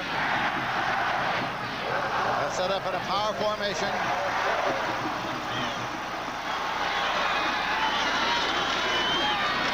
Timey with the pitch. Taken on the far side by Holloway, and Holloway. They faked the dive, and the pitch to Holloway carried to the 10-yard line. Tony Flack made the stop. Power formation, 3rd and 1, and a good call by Fred Akers. As we mentioned, Rob Morshaw last time in the game, he ran a quarterback sneak. This time it's an option play. Pitches the ball to Don Holloway on a 3rd and short. Well, I tell you what, if they had gotten a block on Terry Hogue, Holloway might have scored, but Hogue fights off a defender, gets some help from some people, and stop Holloway, but not before he had gained a 1st down. Texas trying to take it all the way in now. It's 1st down, 10 yards to go just outside the 10, trying to break this game open. They lead by 3 points. They're trying to widen the margin, then try to pile it up a little bit. Here is the throw that is incomplete. Bill Boy Bryant was the intended receiver in the corner of the end zone. That was McIver back in there, of course, after the one play with Morshell. Darrell Jones covering defensively. 2nd down, 10 yards to go. 4 minutes, 7 seconds remaining to be played in the 3rd quarter. This throw is very much a timing throw, but watch Bill Boy Bryant. He stumbled. He gets pushed here by number 17, Darrell Jones. The timing wasn't quite there. Bryant never had an opportunity to catch that ball. Duhan has come back into the ball game. Bill Boy Bryant is a wide receiver. They're double to the right side. McIver. Rolling and looking. And throwing. Overthrew Duhan. Incomplete. 3rd and 10.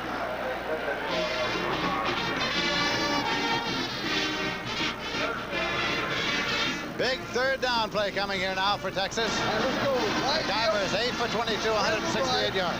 Screen left. You heard Fred call a screen left into the short side of the field.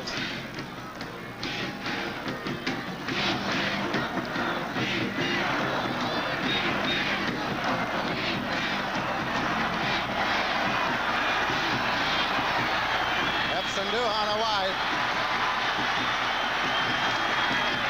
McIver going to screen left. Incomplete. Incomplete pass, hit the turf. Terry Orr, the man for whom it was intended. That'll bring up a 4th down.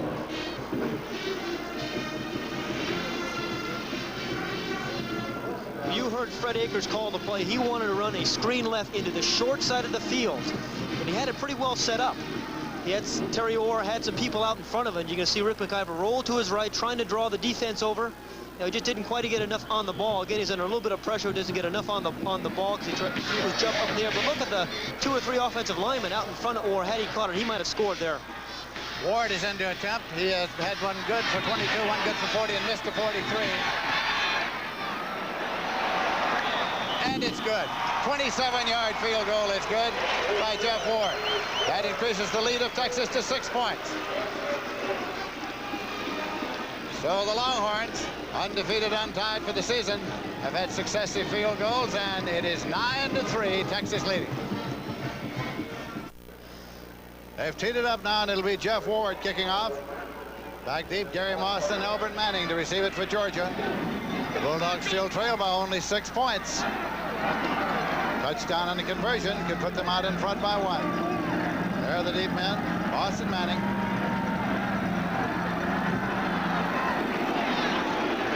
Here's Moss at the 1-yard line to the 10. And out to the 19-yard line.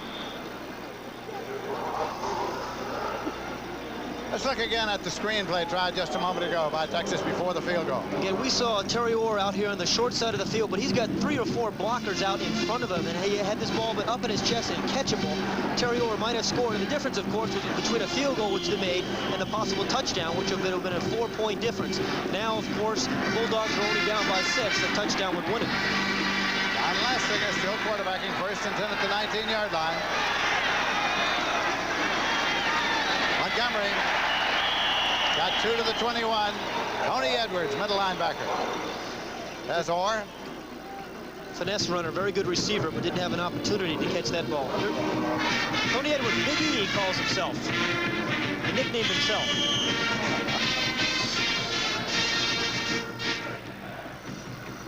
Georgia offense trying to go against the #1 ranked defense in college football. John Lastinger has not completed a pass in this quarter. Fullback carried, and that was very young. Got 2 on the play. It'll be 3rd and 6. All day long, we've talked about how strong this Texas defense is. Again, just trying to reinforce that point. The Georgia offense has only been in Texas territory 3 times today. Once they missed a field goal, then they hit a field goal, and one other time they punted. Here's the 3rd down play coming for Georgia. 2 minutes, 42 seconds left in the 3rd quarter.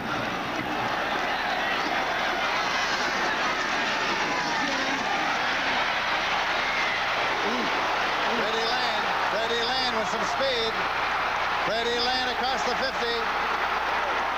Freddie Lane to the 41-yard line. A big gainer for Georgia. Mark Lang finally brought him down. A 35-yard gain.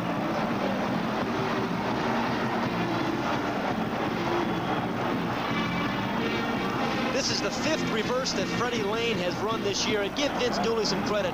He's going to find a way to give his offense a chance. There was a big block by Guy McIntyre, number 74, that allowed Lane to clear the outside and pick up the yardage down the sideline. Here's a block.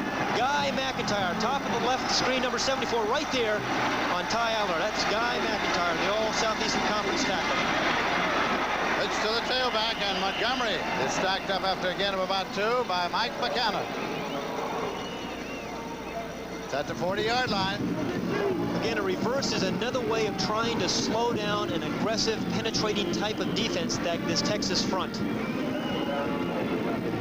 Boy, those guys are good. I'll tell you what, I played on a couple of national championship teams in college. I don't think our defense ever played even close to this Texas defense. It's a tough defense. Has been all year long. And Montgomery trying to get to the outside a little bit, but Ray Woodard pulls him down at the 37-yard line. The big reverse there by Fred Lane was the first 3rd down conversion of the Georgia offense all afternoon. 1 minute, 21 seconds remaining to be played in the 3rd quarter. Texas leading by a score of 9-3. Texas undefeated, untied through 11 previous games. Georgia came in with a record of 9-1-1. Montgomery, the tailback, is limping off. Keith Montgomery limping off, and Tron Jackson has replaced him. 3rd and 5. Lassinger. Herman Archie. Wisham was the man that finally was intended for. Freddie Acorn covering defensively. That brings up a 4th down. The one-on-one matchup between Jamie Wisham and Fred Acorn, and this was part of Vince Dooley's plan to try to hope that his men could come up with a big play, but Fred Acorn is just too tough, has Wisham too well covered. A little bit of bumping going on here by Fred Acorn and Jamie Wisham. The officials right there chose not to call any pass interference penalty. The ball, remember, has to be catchable for there to be a pass interference call. 54-yard attempt now by Butler. A 54-yarder. He had a 59 last year against Ole Miss.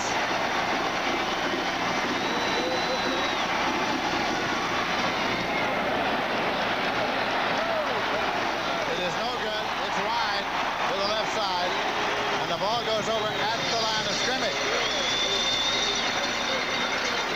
So not only does Georgia come away empty, they give Texas pretty good field position.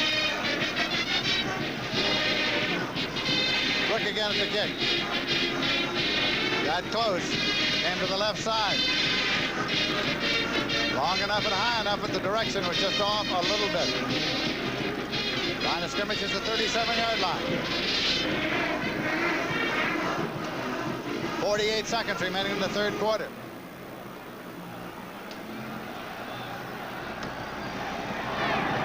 McIver, the quarterback. McIver keeps it. Got it up to the 40-yard line before Mike Weaver brought him down. It's interesting to me, Lindsey, to note that these two teams here in the Cotton Bowl, teams that really have used the old formula of football, playing strong defense and special teams and winning, that are here in the Cotton Bowl. We talked at the beginning of the season that we thought that we were going to see so much offense in college football. Certainly we did. We saw some big offense throughout the year. But here are the two teams. One team potentially a national champion, of course, in Texas, and a team that's been so good over the years under Vince Dooley, the Georgia Bulldogs.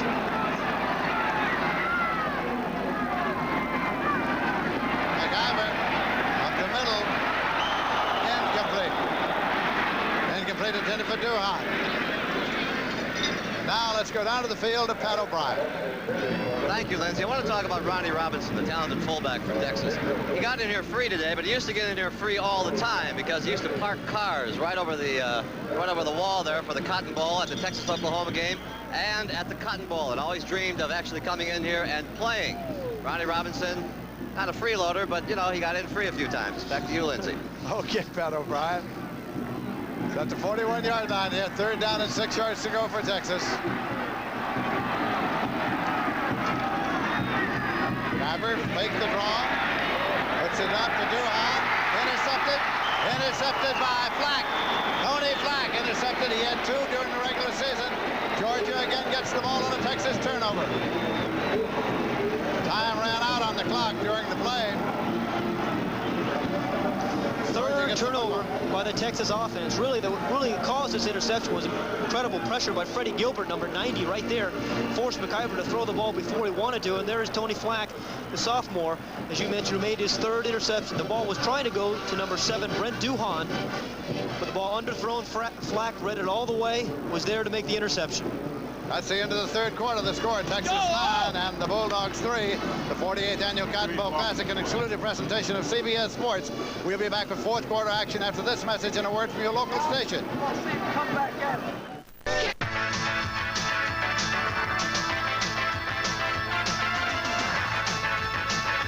The 48th Cotton Bowl Classic is sponsored by Chevrolet.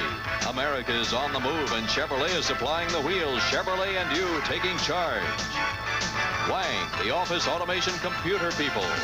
And by Ice Blue Aqua Velva, because there's something about an Ice Blue Aqua Velva man.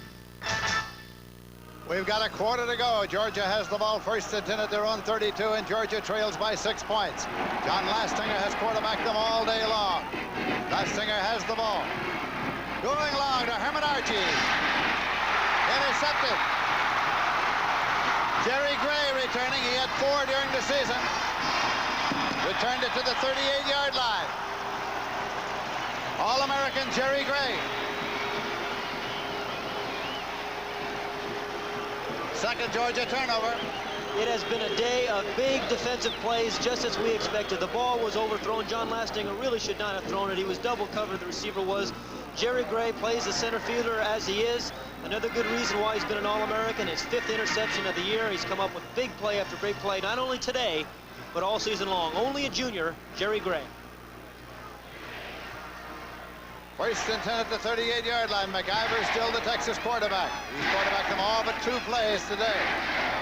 Horschel was in for 2. Tailback. Robinson. Up to the 47-yard line.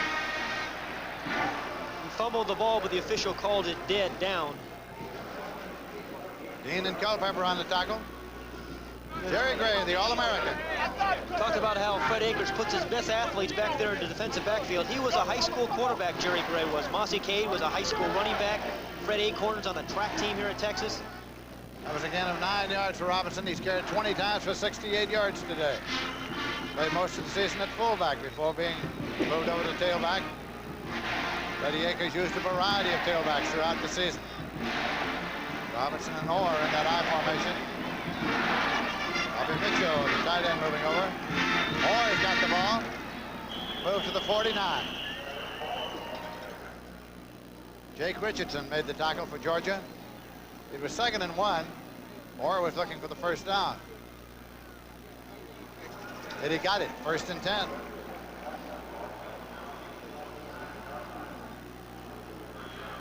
Texas leading by 6 points. 1st down at their own 49-yard line. Ryan and Duhan, the wide receivers, double to the right side. Mitchell, the tight end, moves over. Robinson. Ronnie Robinson to the 43. Thurston and Flack made the tackle.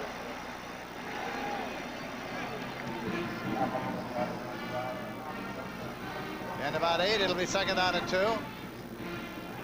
Gained about 8 on 1st down, very key. This Texas offensive line really is beginning to trying to wear this Georgia front down, picking up 4 and 5, 6 yards on first down, which has really been the key to the Texas offense all season long up till today. Epps is in the ball game now. Robinson again. This time he's popped for the Georgia defense. And it was Kenneth Sims who made the stop.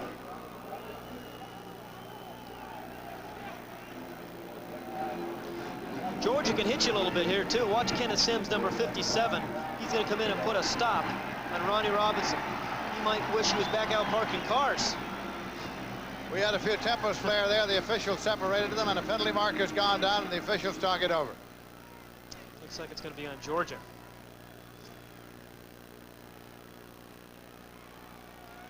No gain on the last play.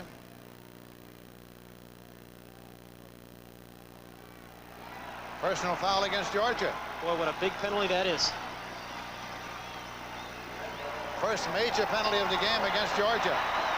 But it comes at a tough time for them here in the fourth quarter as they trail by 6. Down to the 28-yard line, 1st and 10. Absolutely right. You mentioned Dead ball foul. Personal foul on the defense. 15 yards. First down.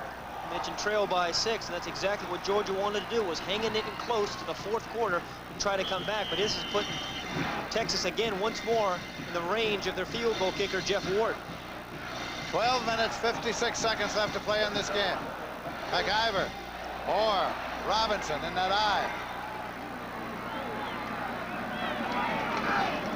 Robinson. Fumble the ball. I think Texas got it. Terry Hogue jarred it loose. And Orr, I think, got the football.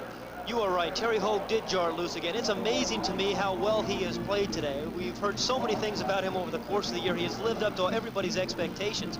Again, playing on a very, very sore ankle. 2nd down and 13 yards to go at the 31.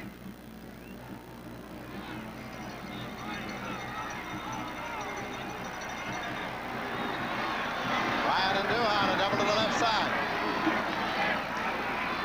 Robinson on the drop.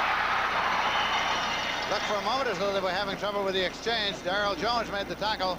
Ball moves down to the 25-yard line. 3rd and 7. Big 3rd down play here for Texas and for Georgia. 11 minutes, 39 seconds left in the game. Texas is leading 9-3.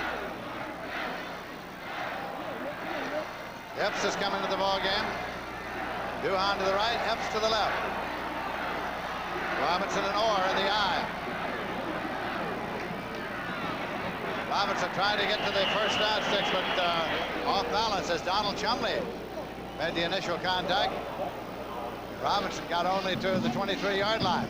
Some people might argue with the call, but Fred Akers believes his defense is playing very well today. Obviously, they are certainly well enough to win. Another field goal will put them in a 12-3 lead. It would take more than a touchdown for Georgia to win. This will be a 40-yarder by Jeff Ward. A 40-yard attempt. Marshall is holding for him.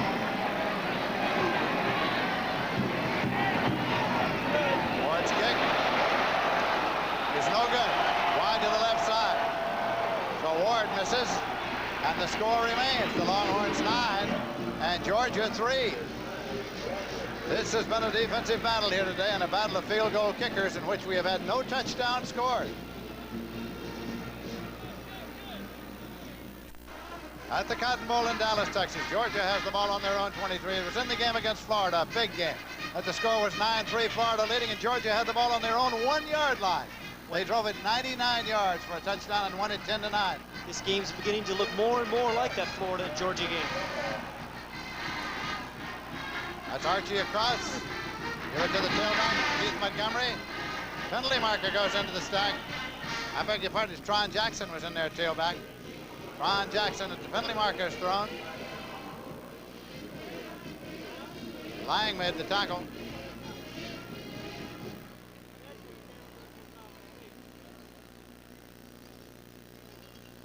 Illegal use of hands against Georgia.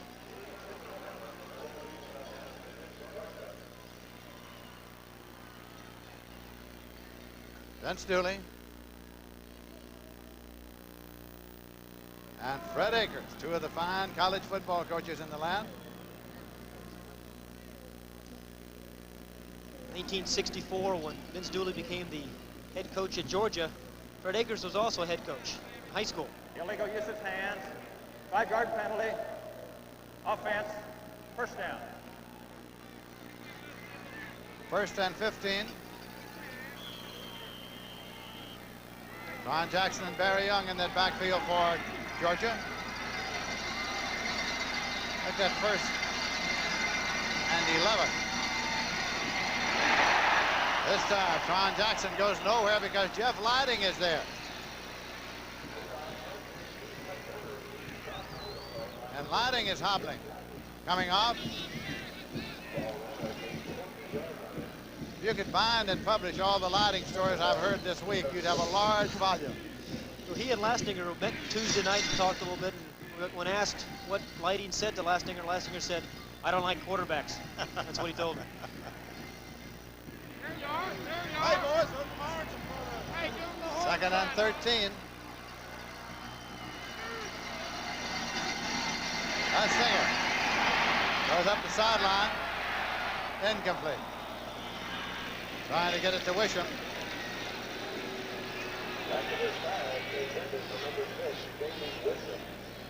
Third down and 13 yards to go. Looks like there's another penalty flag There now. is a marker. There's a flag.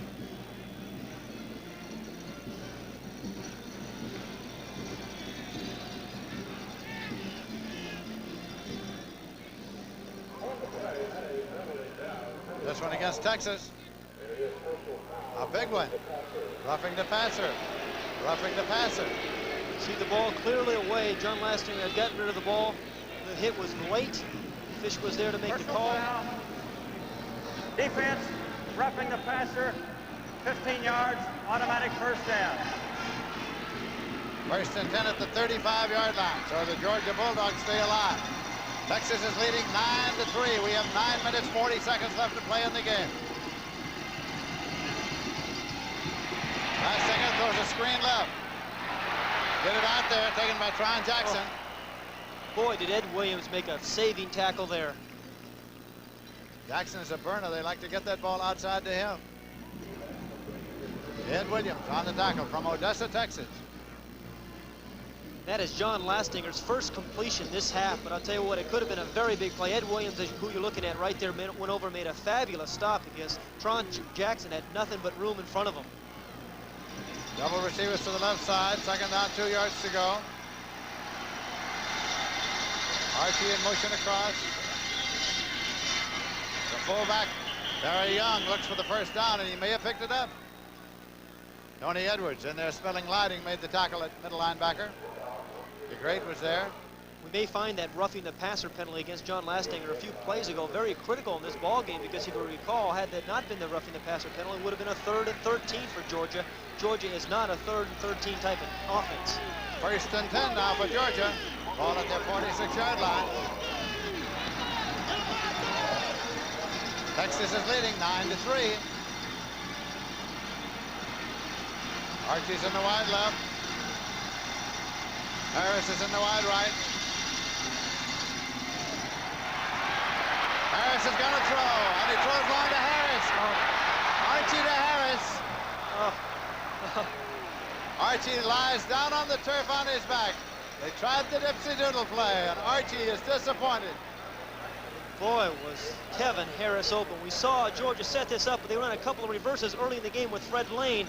This time they set it up. Herman Archie's the man. Kevin Harris, number 20, is wide open, had fooled Jerry Gray, the free safety, but the ball is just overthrown. Again, a good call against an aggressive type of defense. The ball just over his head, but had Jerry Gray beaten by 3 or 4 steps, would have been an easy touchdown. 2nd down, 10 yards to go. Georgia's ball at their own 46. Archie and Harris still the wide men. Ron Jackson in motion outside. Lastinger tries to get it to a tight end. There's a marker. Clarence Kay was the man he was intended for, but there's a marker thrown. Craig Curry made the move. Strong safety.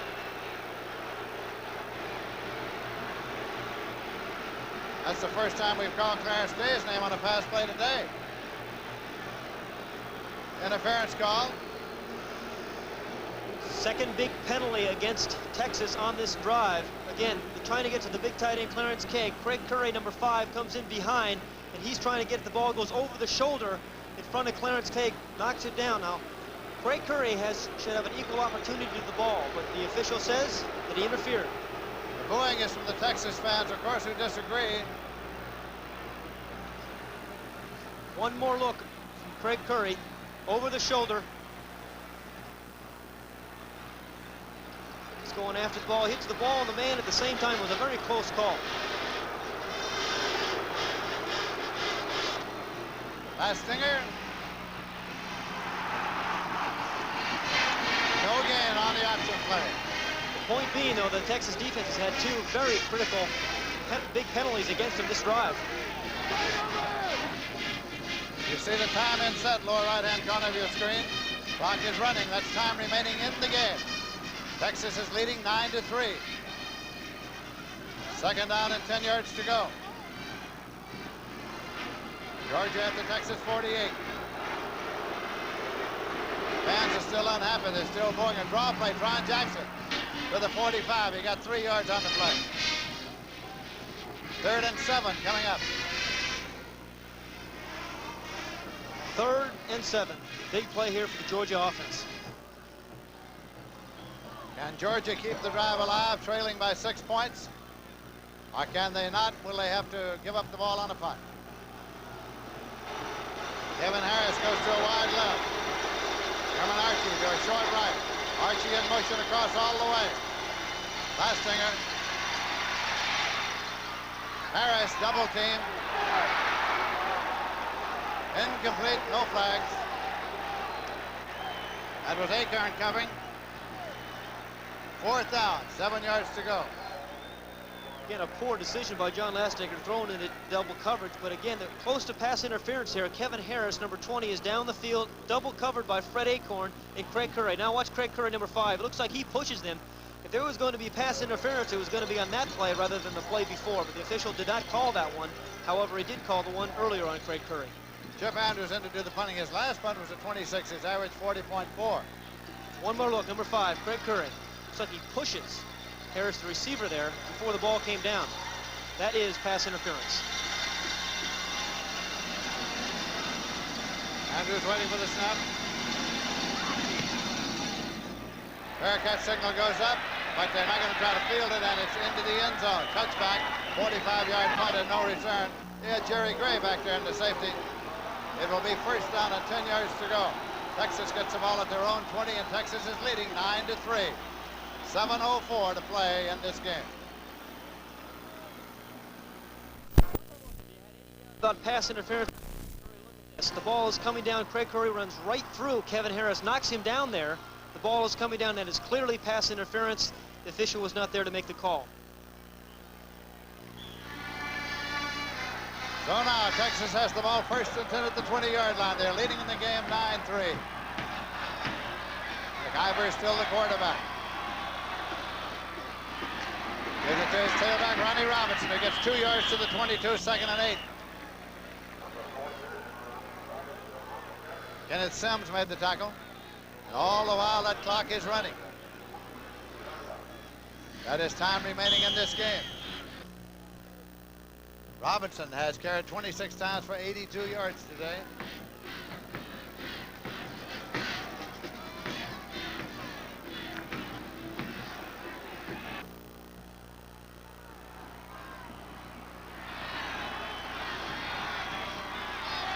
Ken Robinson.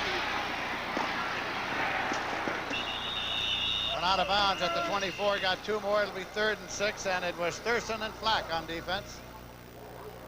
3rd and 6. Now this becomes a very big down for the Texas offense, of course, because if they don't convert it, they give the Georgia offense one more opportunity to come back and win the game with a touchdown. Big down for this defense. And that man, Tommy Thurston, senior, playing in his last game for the Bulldogs. Thurston from Jacksonville, Florida. He's been a key factor in the defense of Georgia all season long and all career long, for that matter. Say the game can never get too tough for him.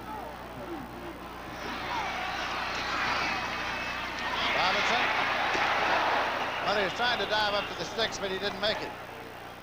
They did not get the first. Sims and Flack again. Texas offense just trying to hang on to the ball in the lead. The 3rd and 6, a little trap play to Ronnie Robinson. Had he not tripped here, somebody gets a hand on him right there. It was 57 Kenneth Sims, prevented him picking up the first down. Otherwise, he had a blocker and he had some open room to be able to pick up the first down. But Kenneth Sims, number 57, makes the big stop, gets in the way of Ronnie Robinson. Pelchik's in to punt. Pelchik's last punt was 58 yards. He has averaged 51-6. That one is not all that good. It is down about the 40-yard line. So the Georgia Bulldogs did it. It was a 31-yard punt with no return. It'll be 1st and 10 Georgia at the Georgia 40-yard line. Cotton Bowl in Dallas, Texas. The Longhorns are leading 9-3. They're undefeated, untied. Georgia has the ball at their own 41-yard line. 5 minutes, 38 seconds left to play. Texas leads by 6 points. Lastinger.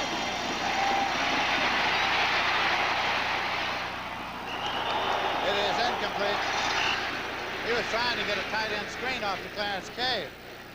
Craig Curry, number 5, made a very good read, saw the screen coming all the way, was all over Cave.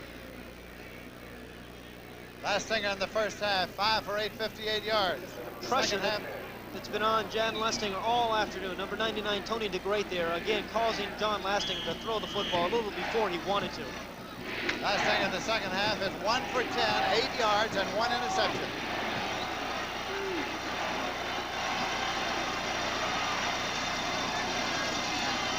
Lastinger. And he's sacked. Back there at the 33-yard line. First sack for the Texas defense. Tony DeGreat was back there.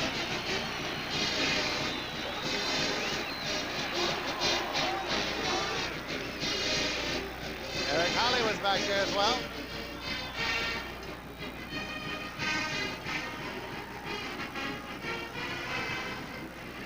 Third and 17. Lastinger just there, his numbers. 3rd and 17, 4:49 to play.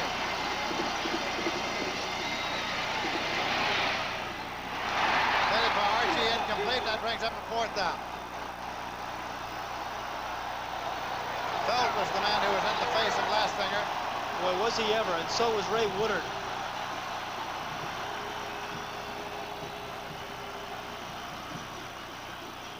Andrews had to do the punting. He's averaged 41 yards today. Jitter Fields has dropped back deep to field it for Texas.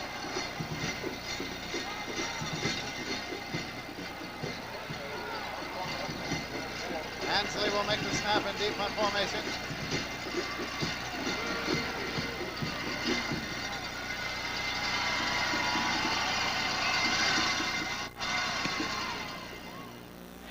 Bearcat signal goes up, and he is gone.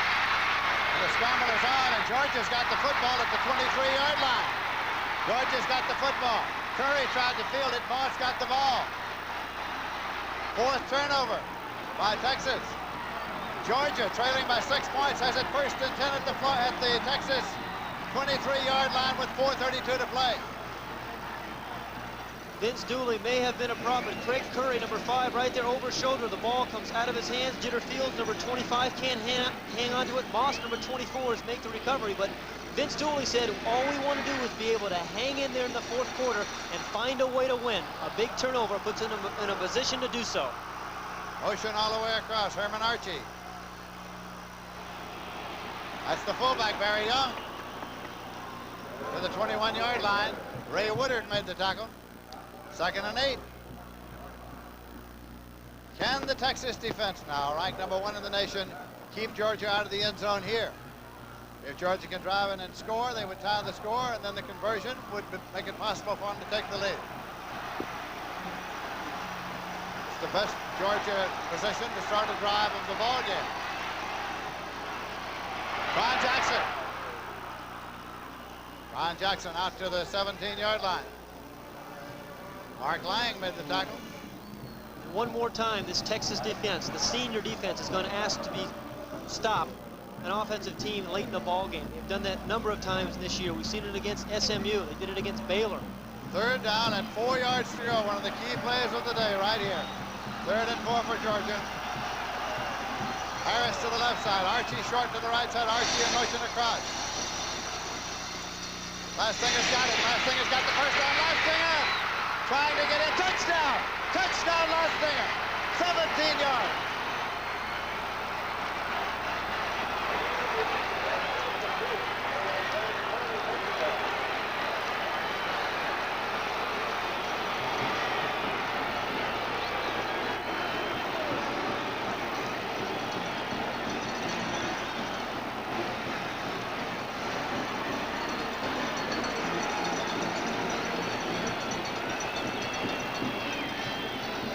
Georgia, with Lastinger scoring, have taken it in for a touchdown to take a lead over the number 2 ranked team in the nation, the number 1 ranked defense in the nation. Conversion attempt coming now. The score is tied, 9-9. Kevin Butler.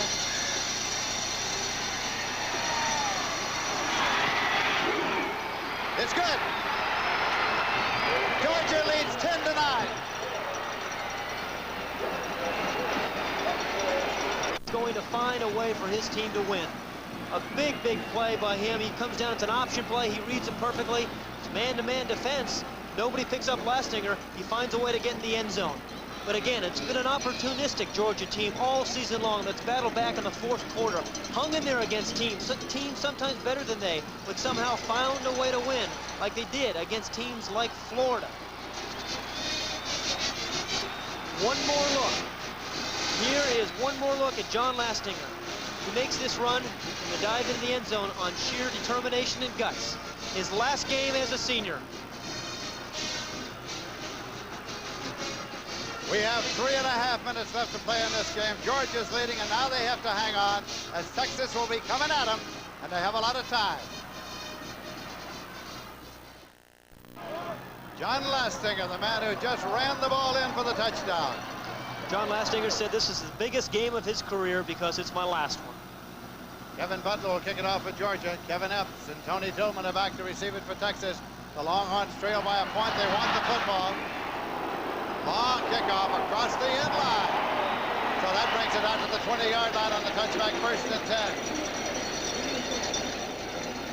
10. One other time Fred Akers brought his Longhorns undefeated to a Cotton Bowl, and that was in 1977 where they lost in the Cotton Bowl game. They came from behind to beat Alabama here by a score of 14-12, a Bear Bryant team. They've come from behind 6 times this year, actually, to win. McIver still will quarterback them. He has quarterbacked Texas all day with the exception of 2 plays that Morshell ran. This is obviously the kind of situation where you're happy to have a guy like McIver in who's got a big right arm.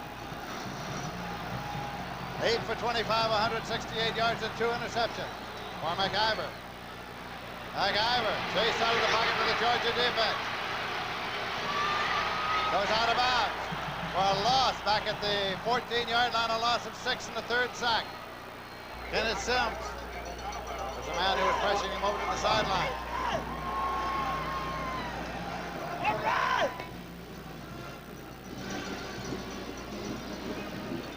Second down and 16 yards to go. The Georgia Bulldogs knew that they were coming into this ball game with nothing particularly to lose. For the first time in years, they had no shot at the national championship. They were not pressured, and that is a dangerous kind of a football team to oppose. They are leading Texas by a score of 10-9. McIver, penalty markers everywhere. And up at the 38-yard line, he was across the sideline marker. Hogue was covering defensively. It was Brent Duhon, the intended receiver.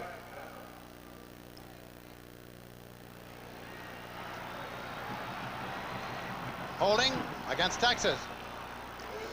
One more penalty against the Texas Longhorn. Again, that's something that's haunted them all season long. They need a big play from their offense. They do get a holding penalty. Again, pressure by Freddie Gilbert, who's been in McIver's face all afternoon. McIver finds a way to spin out of it, drills the ball to Brent Duhon, but look who's there, 14, Terry Hogue. Duhon can't hang on to it and keep his feet in bounds. Holding on the offense, decline, brings up 3rd down. Big point here, too. Texas only has 1 timeout remaining. They wasted 2 timeouts there in the third quarter, early in the third quarter. 3rd and 16 on the declination. McGavin, and he's pulled out at the 4 sack. The Georgia defense. And are they happy? It was Kenneth Sims. Thurston was jumping up and down in the air.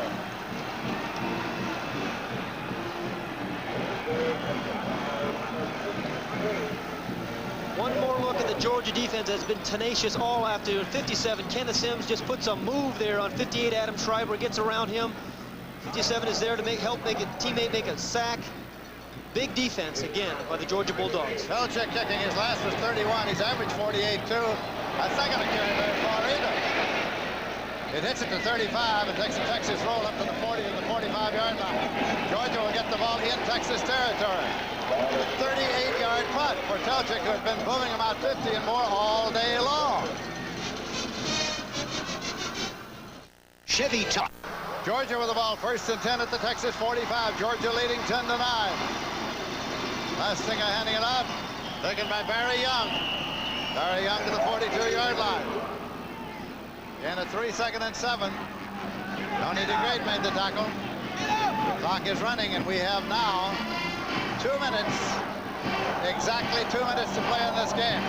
It's incredible to me that Texas has gone through a season undefeated. Here they are in the last game of the year, and a fumbled punt might keep them from remaining undefeated. Exactly the way it is.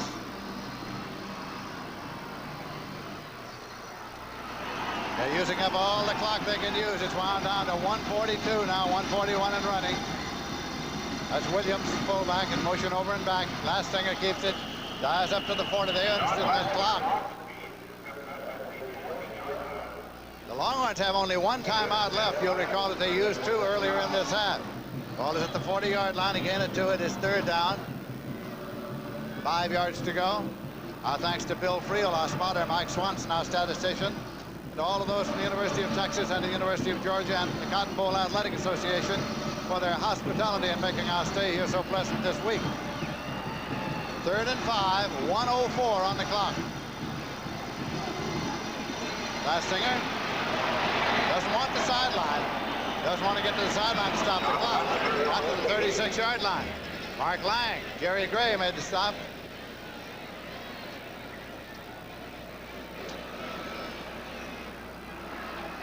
Now a timeout.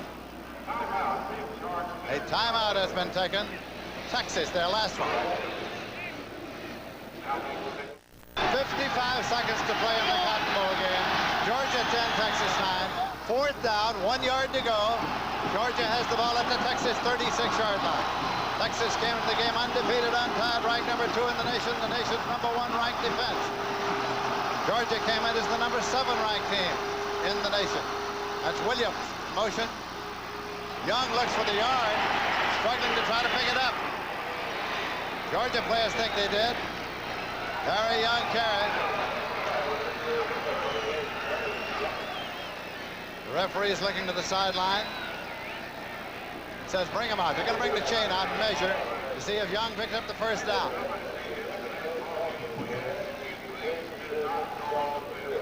Vince Dooley, the head coach and director of athletics, finishing up today his 20th year as the head coach at Georgia.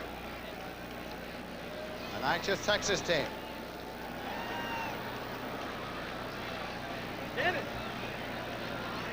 It's been a battle of defense. Basic football played here at the Cotton Bowl today. For the purist, it has been great. 1st and 10 for Georgia. So the Bulldogs get the ball. Texas is out of timeouts.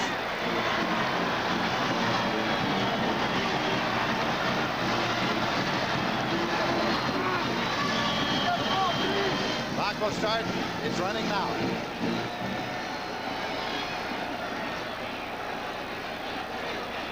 Lastinger has quarterback throughout the game. They're in the formation now for him to hit the deck. Just let the clock run and protect him. As Texas cannot stop the clock. Can do that one more time and this game will be over. Georgia Bulldogs 10. The Longhorns of Texas 9. Georgia came in with a record of 9 wins, 1 loss to Auburn, 1 tie with Clemson. Texas came in with national championship aspirations still alive. Clock is running.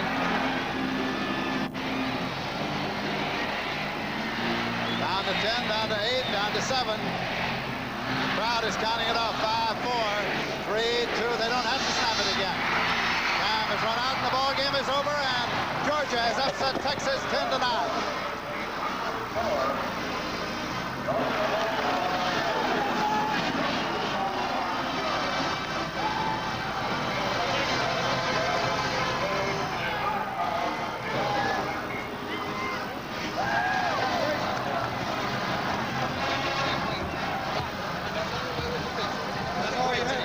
Here's the winning touchdown now. Saw the handshake. And here's what they were shaking about. John Lastinger, the senior, finds a way into the end zone. The 48th Annual Cotton Bowl Classic is an exclusive presentation of CBS Sports. We'll return with more coverage after this word from your local station. What kind of advice? Pat O'Brien on the field with a disappointed Fred Akers. Coach, what will you tell your players now? Well, I'll tell them that as soon as the hurt can go away, just to remind themselves of what a great bunch they are, and don't let this ruin what they've accomplished. Georgia found a way to win the ball game, and that's tough, and we'll have a knot inside our stomach for a long time, but we're proud of what we've got, proud of what we've done, and we'll be back. What was it that turned it around today? I mean, what was it? You didn't give up, certainly. I mean, lose spirit or just get sloppy or what? Well, we had some opportunities that just didn't come about for us in the first half. Drop passes that were wide open, and we've been relying on our defense, and they've done a magnificent job. Of course, the turning point had to be the fumble punt. That was it. What about the Lastinger play towards the end? I'm sorry. The touchdown, the winning touchdown with John Lastinger. Your thoughts on that?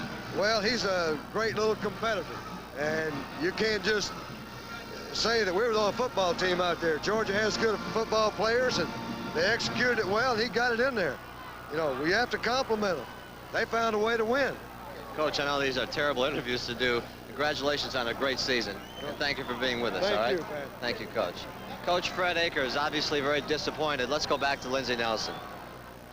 A great Cotton Bowl football game ending 10-9, Georgia defeating previously undefeated Texas. Great afternoon at the Cotton Bowl, the 48th Annual Classic won by Georgia. This has been a presentation of CBS Sports.